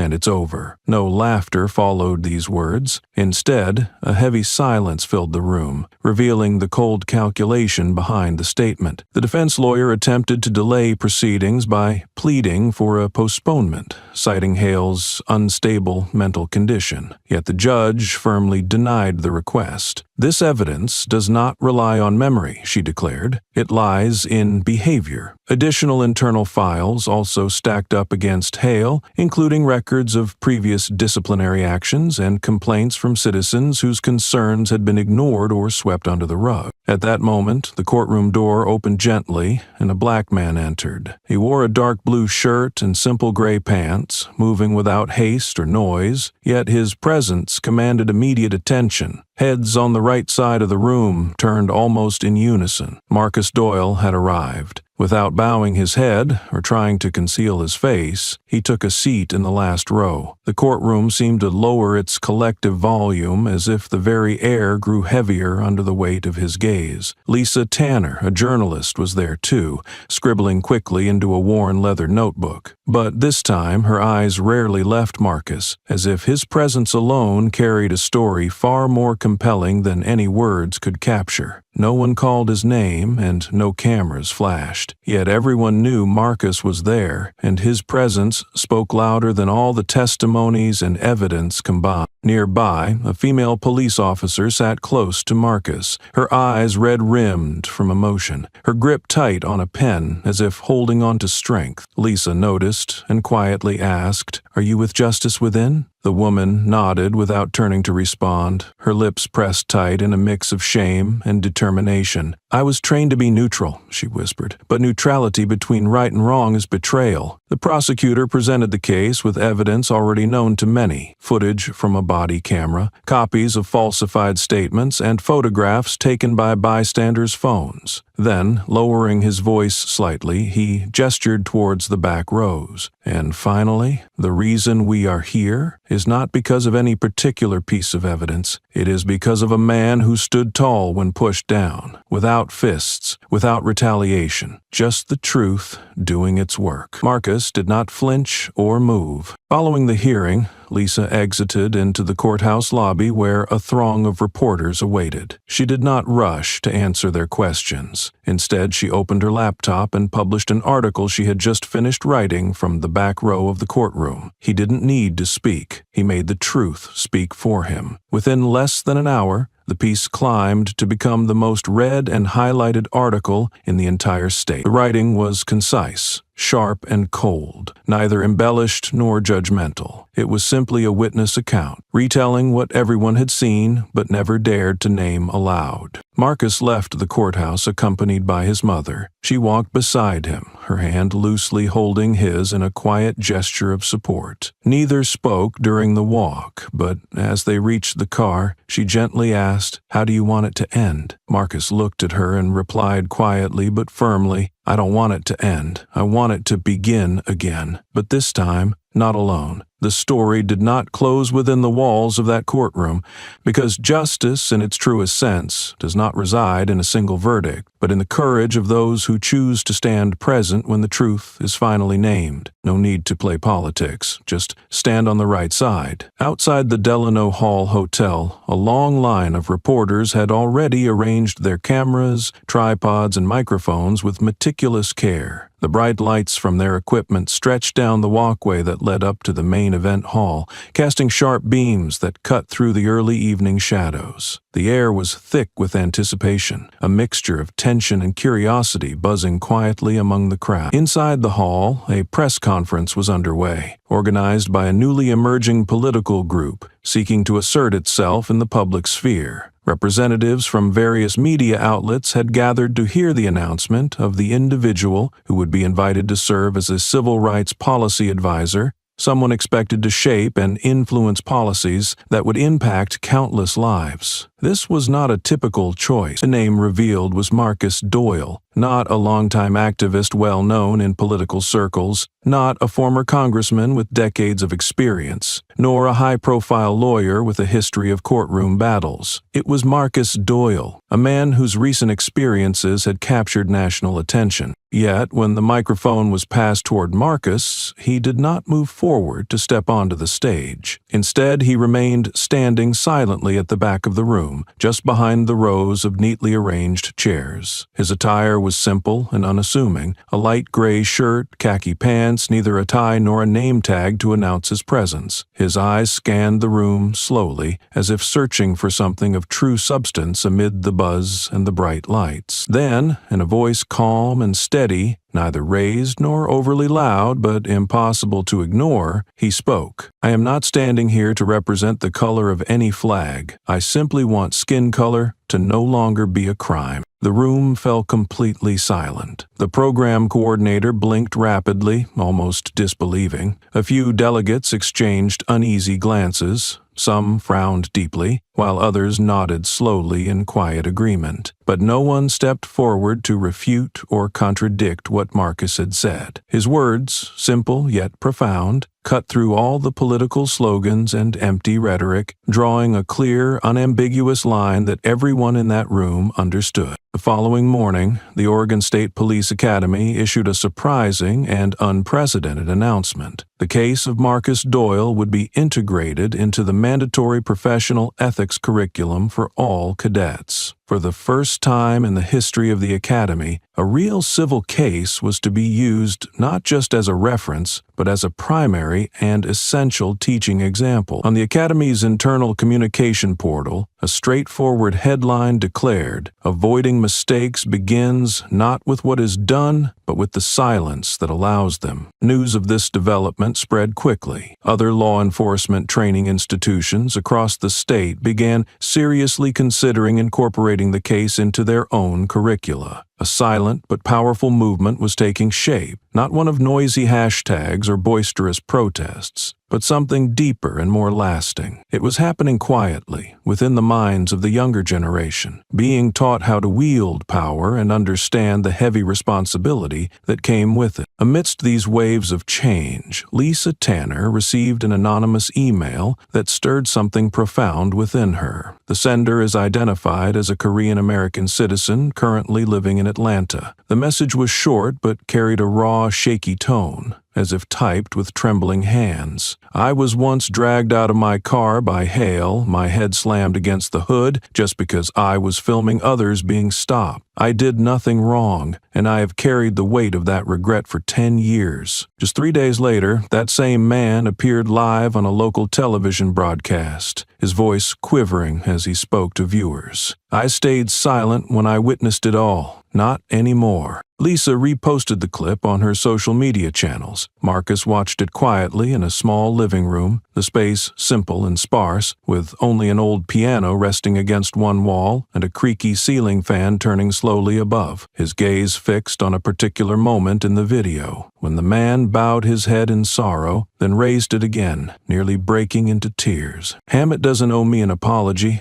Marcus said softly. "He is apologizing to himself." Meanwhile, on the other side of the story, Ryan Hale was shifting his approach. The man ceased his denials. He stopped appearing in public or facing the press. He ignored inquiries from the prosecuting attorney and no longer issued lengthy written defenses as he once had. The only voice that remained connected to Hale was that of his lawyer. "My client acted under prolonged occupational stress. The level of tension, risk of post-traumatic psychological damage, and lack of support from the system led him to respond inappropriately to the situation. We request a psychological evaluation and a careful review of the circumstances present at the time of the incident." No one openly contested the lawyer's statement, yet no one accepted it either, because the video evidence remained, because the man who had been beaten was still alive, and because, for the first time in history, silence no longer sided with the powerful. At a separate conference focused on police reform, a university lecturer concluded his presentation with a poignant statement. "They once thought justice was confined to prisons and courtrooms, but then a black man, pinned down on the side of the street, taught the whole nation about legitimacy, simply by standing tall. Marcus Doyle did not hold a microphone. He did not speak at the event, yet his name echoed everywhere, in conversations, in headlines, in classrooms, and in the hearts of many. This time, his identity was not a secret to be hidden away. It became the symbol that caused those who had long relied on the color of authority and power to begin to panic.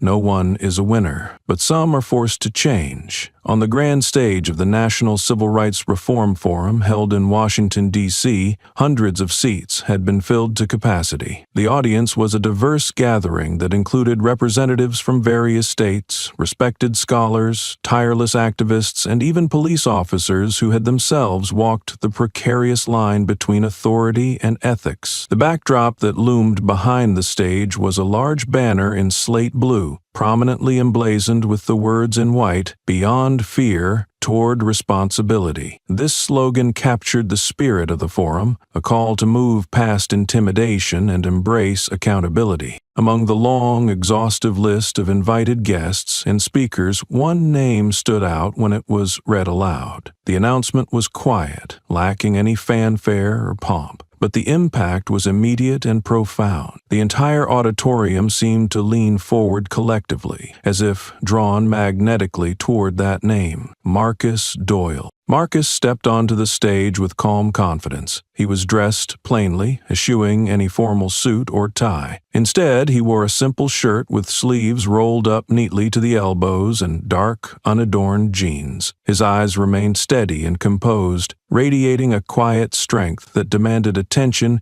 without shouting for it. His footsteps were measured and deliberate, slow but purposeful, without the slightest hesitation or uncertainty. As the person who introduced him finished speaking, there was no call for applause from the audience, yet without any explicit signal, the entire room rose to their feet in unison. It was not out of respect for a title or position, but for the man who had once been literally beaten down onto the pavement of injustice and had risen again, not to seek vengeance, but to correct a broken order. At a side meeting held by congressional committees later that day, a significant proposal was officially entered into the record. Named the Doyle Accountability Act, this new bill sought to mandate that all frontline police officers in every jurisdiction must wear body cameras that operate continuously during duty hours. The data recorded by these devices would be stored independently from the police departments and subject to civilian access under special conditions to ensure transparency and oversight. Remarkably, this bill had been drafted in less than 6 weeks following the incident involving Marcus Doyle, and it was already being hailed as the most important legislative development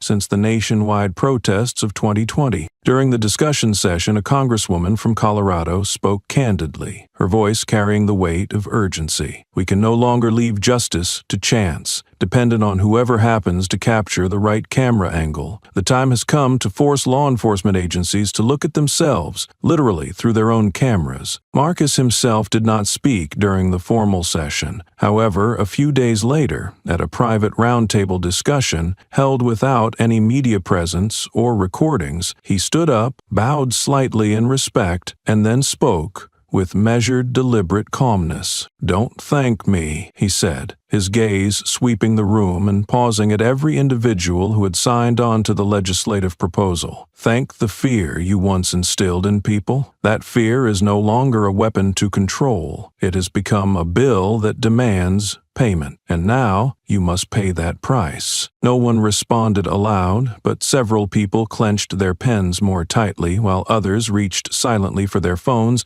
and placed them on the table. It was as though they understood every gesture, every movement in the room was being recorded, not by cameras or microphones, but by a growing collective conscience waking up to responsibility. Later that afternoon, when Marcus left the congressional building, he did not return to his hotel room as expected. Instead, he walked through Franklin Park, where a group of middle school students were playing basketball under the soft fading sunlight. Nearby, a young black boy with tightly curled hair, dressed in a white hoodie, stood apart from the group. He held something rolled up inside a plain paper envelope. clutching it nervously. The boy hesitated, but then stepped forward. "Are you Marcus Doyle?" he asked softly. Marcus nodded and crouched down to meet the boy's gaze on his level. "My name is Jalen," the boy said quietly. "I wrote this. It's probably not very good, but my mom told me if you want to thank someone, you should write it by hand." Jalen handed Marcus the letter. The handwriting was messy but legible, unadorned by flourishes or speeches. Only one line at the end was underlined for emphasis. "You don't know me, but now I'm not afraid to go to school anymore." Marcus said nothing. He placed a gentle hand on the boy's shoulder in a gesture of quiet reassurance. He then carefully folded the letter and slipped it into the left pocket of his shirt, the same pocket where a faint bruise still lingered from the cigarette butt Hale had thrown at him during his detention. That evening, Lisa Tanner published a brief article online. It contained no interviews and quoted no sources. Instead, it featured a single photograph of Marcus, sitting alone on a bench, holding the small letter in his hands. Below the image, Lisa wrote, "No one is a winner, but today someone dares to change and teaches us how to stand tall in a world that once tried to knock him down." From classrooms to police stations, from political forums to the living rooms of everyday citizens, the story of Marcus Doyle continued to spread far and wide. Not because he raised his voice loudly or demanded attention, but because he had once been silenced and yet had managed to keep his dignity intact. His quiet strength spoke volumes, inspiring others to stand firm in the face of oppression. In a quiet corner of a street in the South Charleston suburbs, a place once forgotten on the map of police violence incidents, there now stands a site people come to both remember and understand. At the intersection where Marcus was once thrown down and handcuffed in front of dozens of silent witnesses, a small museum has been established.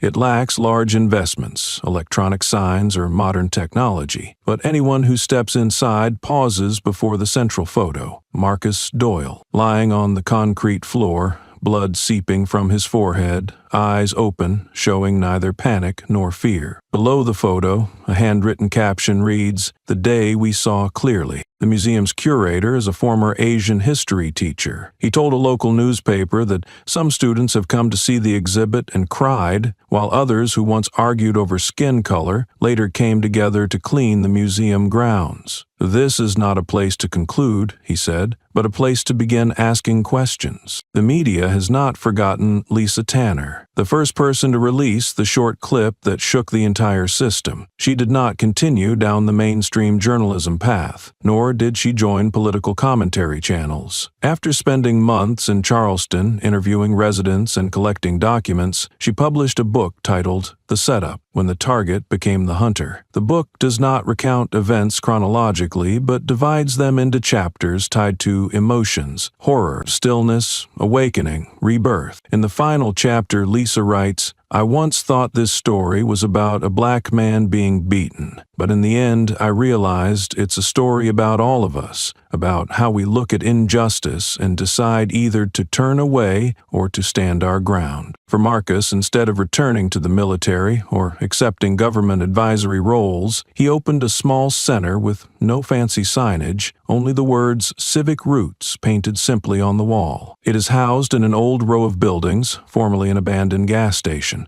The center specializes in training sessions on civic rights skills, basic law, and peaceful resistance for minority youth. Each class is limited to fewer than 20 participants. There are no blackboards or lectures, only dialogues where students are invited to share personal experiences and work together to confront society's indifference. One weekend afternoon during a class, a young boy asked, "Uncle Marcus, if they do that to me again, should I record it or resist?" Marcus smiled, placed his hand gently on the boy's shoulder and said, "You should do both, but not because you want to win, because you want to live truly." That conversation ended with a phrase the students wrote down and posted on the wall. "Justice is not a scale, it is a mirror." Marcus repeats this whenever someone asks him to define justice. No one disagrees, because those who have looked into that mirror see themselves, sometimes as the indifferent, sometimes as the ones shouting out, and sometimes as the forgotten victims. At the end of the month, a group of students organized a small event right in front of the museum. They recreated the scene with light, using lamps to illuminate Marcus's journey as he was pushed, handcuffed, dragged away, and finally walked out with his head held high. Passers-by stopped to watch. Those who once defended the police quietly placed bouquets of flowers at the foot of the wall. Among the crowd that day stood a middle-aged man with salt and pepper hair, separate from the others. It was Denton. He wore no uniform and made no speech. He simply stood there, looking at the photo in the museum, and when asked his name, he replied, "A man who once needed to relearn how to be human." The wave of rage that once swept across America gradually subsided, but what Marcus left behind did not fade. It lives in every unflinching gaze, in every question and students asked their teachers, in every light worn on a police officer's chest from the following year onward. A light not to spotlight suspects, but so that authority would no longer dwell in darkness. That morning, the courtyard of the Charleston Federal Court was packed with people and cameras. There were no banners, no shouts, only a long line of individuals standing still, eyes fixed on the large doors, as if waiting for a ritual beyond the bounds of law. Inside, the final hearing of Marcus Doyle's lawsuit ended in near-complete silence. Every testimony, piece of evidence, and video spoke for itself. Reporters from various outlets jostled to find the best position for their microphones, but the person they sought was not Hale, it was Marcus. Among the crowd, a conservative reporter from Southern Cross TV broke the silence first, her voice sharp and hurried, as if trying to shatter the fragile calm that had settled. "Mr. Doyle, do you believe your recent actions encourage opposition to the government rather than help reinforce order?" Marcus paused. He did not turn to face the questioner, but his voice rang out clearly and loaded with meaning, causing the dense hallway of people to fall silent. If standing tall is seen as opposition, then is bowing down the right thing to do? No one replied. No one dared interrupt. Marcus continued walking, eyes unwavering, as if his answer was not meant just for the reporter, but for an entire generation once forced into silence when confronted by injustice clothed in power. Inside the courtroom, the trial closed with a brief verdict. Chadson Hale is convicted of racially motivated violence, abuse of power, and official forgery. Sentence: 6 years imprisonment without parole. Hale stood motionless for nearly 5 seconds, his hands clasped tightly behind his back, trying to maintain the stern expression he always wore in public. But this time, before the eyes of those he had beaten, humiliated, and coerced, his legs faltered for a moment. When the judicial officer stepped forward to handcuff him, Hale stepped back half a step, then, unable to hold back, broke into tears. His sobs were muffled and caught deep in his chest. No one called it remorse, it was fear. For the first time in his life, he realized the system that had once protected him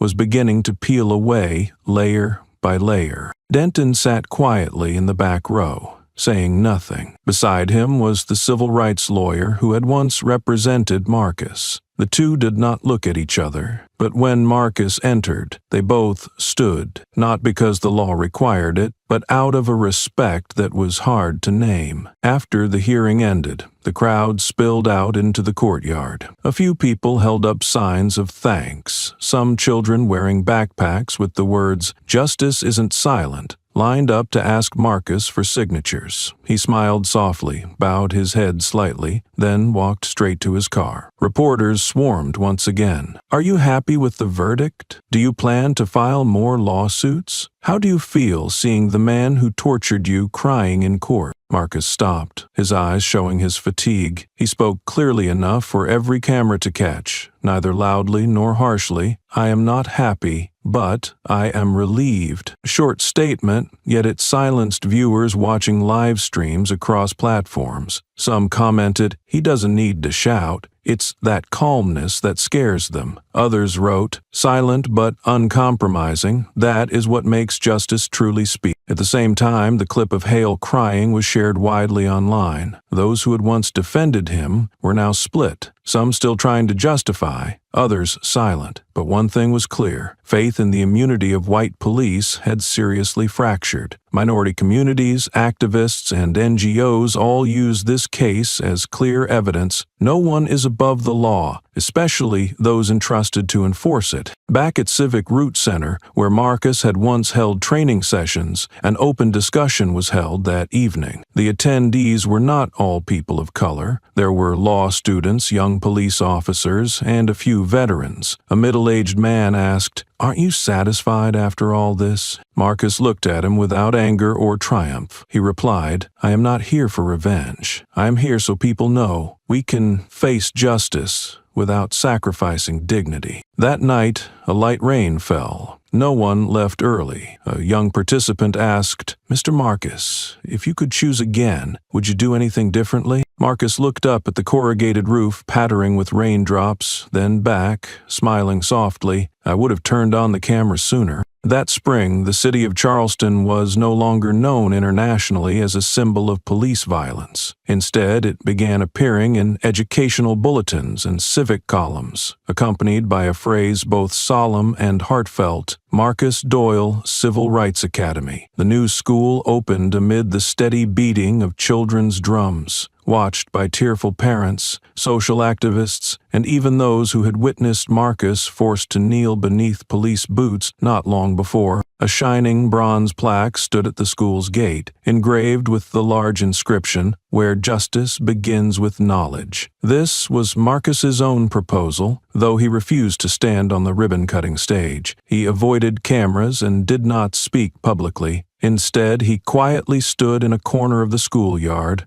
wearing a dark shirt and with his hands in his pockets, watching a group of students running past. None of the children recognized that he was the man behind it all. Yet their eyes lifted high, their laughter echoing across the playground, serving as an unspoken testament to his belief: justice does not need to be shouted, it only needs to be witnessed. That same afternoon, a special television program aired an exclusive interview with Marcus's mother, Janice Doyle. A slender woman with salt and pepper hair and gentle eyes, her voice carried the weight of a past not easily swallowed. Lisa Tanner asked, "What made you believe your son was strong enough to endure everything that happened?" Janice smiled softly, though her eyes betrayed a lingering tear. "He was once kicked out of class at age 8, just for daring to argue with the teacher. They said he was aggressive, disobedient, but I knew he just hated injustice. Since he was small, he never let anyone be bullied in front of him."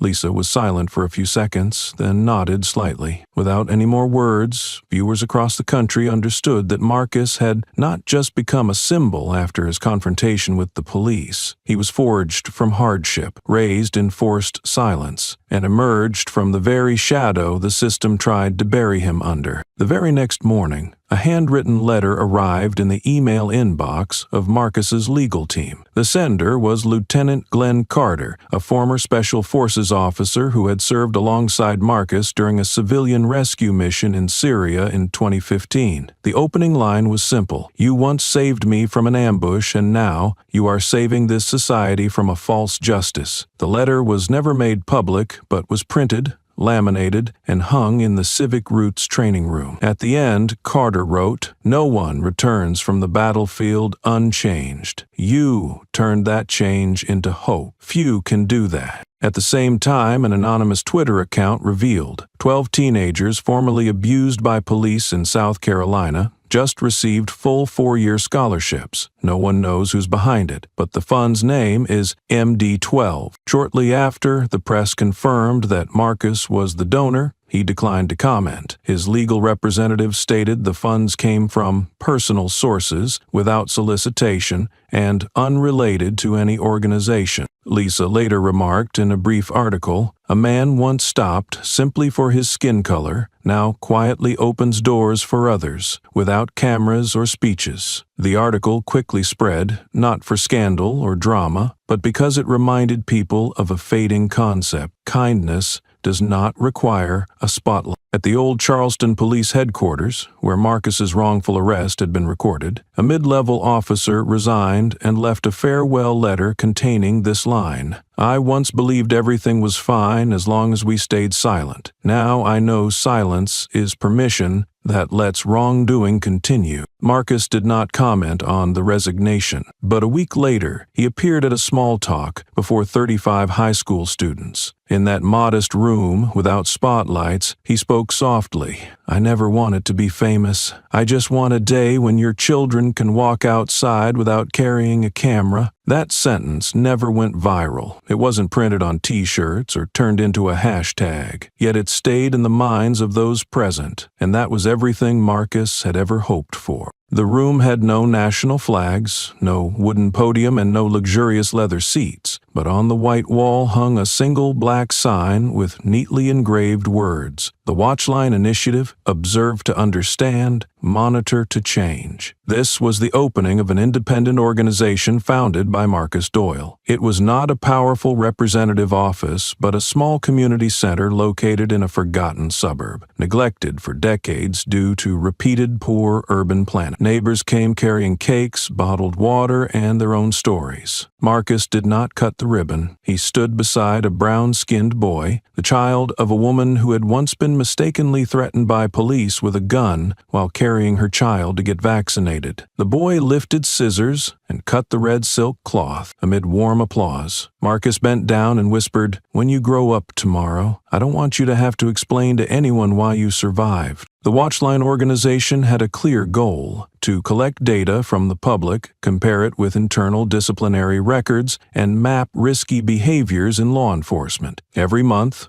a public session analyzing the data would take place, attended by civilians, legal experts, and even active officers. There was no threat or opposition, only the truth laid on the table. In less than 3 months, 4 other cities in Georgia and South Carolina began adopting this model. The Lexington City Council announced it would include Watchline personnel in the independent Internal Review Advisory Team. The Savannah police chief, who had been criticized for cover-ups, was now forced to appear on camera to sign a cooperation agreement proposed by Watchline. The change was quiet but certain. Lisa Tanner posted a short article on her personal page. When someone dares to step out of the comfort zone, society doesn't change immediately, but it will tilt toward more light. The attached photo shows Marcus talking to a group of young officers during a training session on citizen interaction. There was no stage, just a whiteboard and a marker in his hand. During that training, a young officer named Damien, 24 years old, recently transferred from a small town, stood up. "I was taught that if in doubt, give orders. But now I understand. If you don't understand, don't give orders." He looked at Marcus and pulled a letter from his shirt pocket. "I'm not a good writer, but I thank you. Because of you?"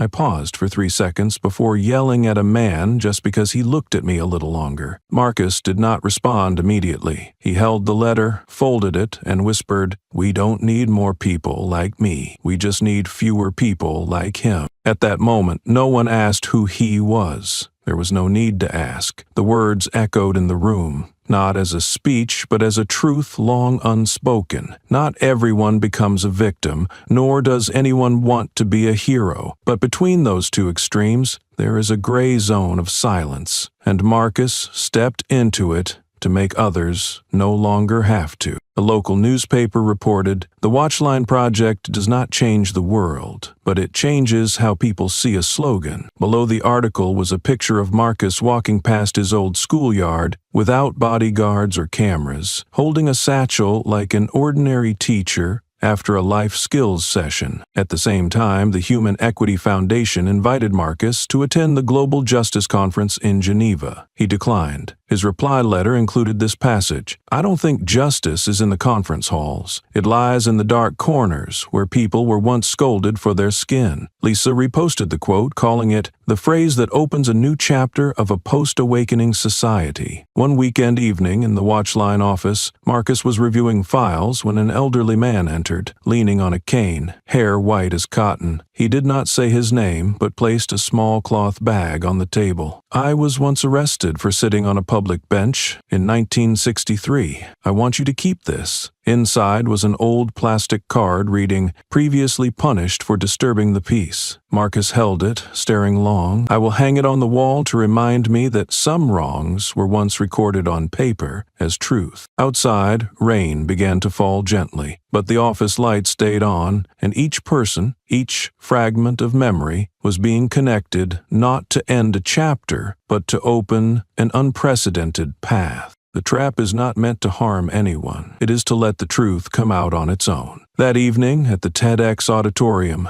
there were no banners hanging, no highlights projected as usual. Only a single round spotlight shone onto the stage, illuminating a black man standing in the center, holding a microphone but not yet speaking. For the first 30 seconds, the entire hall was almost breathless, not out of suspense, but because everyone seemed to be waiting for a familiar sound, one that had once shaken America through a 54-second video, a deep, steady voice, neither arrogant nor apologetic. "I was not surrounded. They just stood in the wrong place," Marcus began calmly, as if recounting an old traffic jam. But the audience laughed, then fell silent immediately. Not because the statement was humorous, but because it captured an unfinished past in a single phrase. He did not talk about the arrest, did not mention the names of officers who had beaten him, nor did he recount the chain of events that made him a symbol for a generation. He spoke about intentionality, not of the system, but of individuals, of every glance, every hand that remained silent when witnessing wrongdoing but dared not raise it. "I am not a mirror. I only wiped it a little so you could see more clearly." At the edge of the stage, Lisa sat quietly, holding the first printed copy of The Setup, when the target became the hunter. On the first page, reserved for the dedication, she wrote, "For those who were stopped just for walking the right way." A short sentence, but enough for those who had lived in fear to feel they could stand up. After the talk, Marcus did not stay to shake hands or receive flowers. He left by the back exit, as he always chose paths without cameras, places where people live authentically, not performatively. An old friend walking beside him asked if, given the chance to go back, he would avoid all the pain he had endured. Marcus shook his head. If there were no pain, how would others wake up? The next afternoon, he returned to the exact street where he had once been stopped, still wearing the old brown polo shirt, still walking slowly but firmly,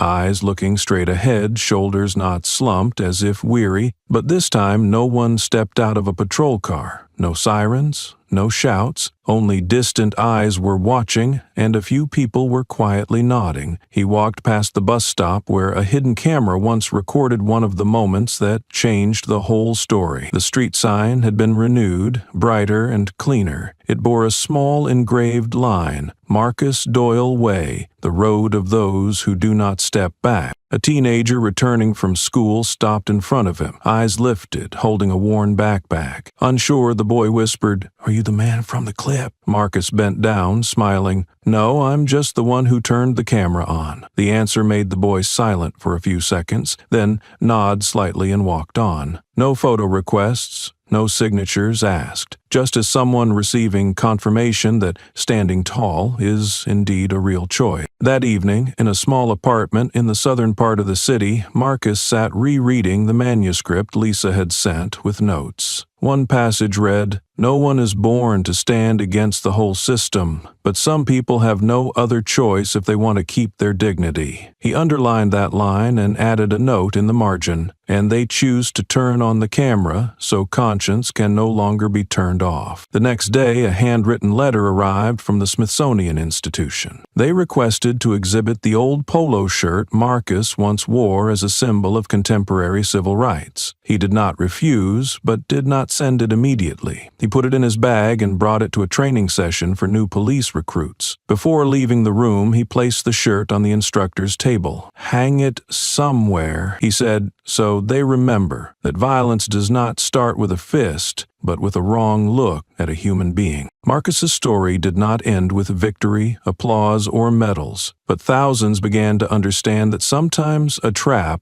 is not meant to harm anyone, but to force the truth out of hiding. Have you ever turned on the camera at the right moment? Or are you still living in the dark, where the truth is folded away by louder shouts than justice? Marcus no longer walks alone. But this time, he no longer needs anyone to protect him. The truth has learned to walk on its own, and it does not turn back. The story of Marcus Doyle is not just about a black man being misjudged, humiliated, and dragged into a moment that could have shattered him. It is a mirror held up to a society where prejudice cuts deeper than any weapon, and where dignity isn't handed over, it must be reclaimed through resilience, intellect, and courage. When Marcus was pinned to the ground with a gun to his head, no one knew he had once worn the uniform of the armed forces, had once saved lives on the edge of war. But what he did next, remaining calm, walking forward, turning on a hidden camera, and letting justice speak for itself, is what truly shook the system. This story teaches us a vital lesson. Never judge someone based on appearances, skin color, or assumptions. Talent, strength, and character don't live in resumes or biased glances, but in the way someone stands up after being knocked down. Real worth doesn't need to shout to be seen. It just refuses to bow. And in the end, justice may take time, but it always finds a way when someone dares to walk straight into the light. Have you ever been misjudged just because someone didn't really know you? Have you ever been underestimated only to quietly prove you were far more capable than they believed? If that rings true, know this: you're not alone. Share this story if it made you think. Share it not just to inspire, but to remind others that people like Marcus exist and that courage still matters. Thank you for watching. We promise to keep bringing you powerful, thought-provoking stories that confront injustice and celebrate truth. Don't forget to subscribe for more stories that matter.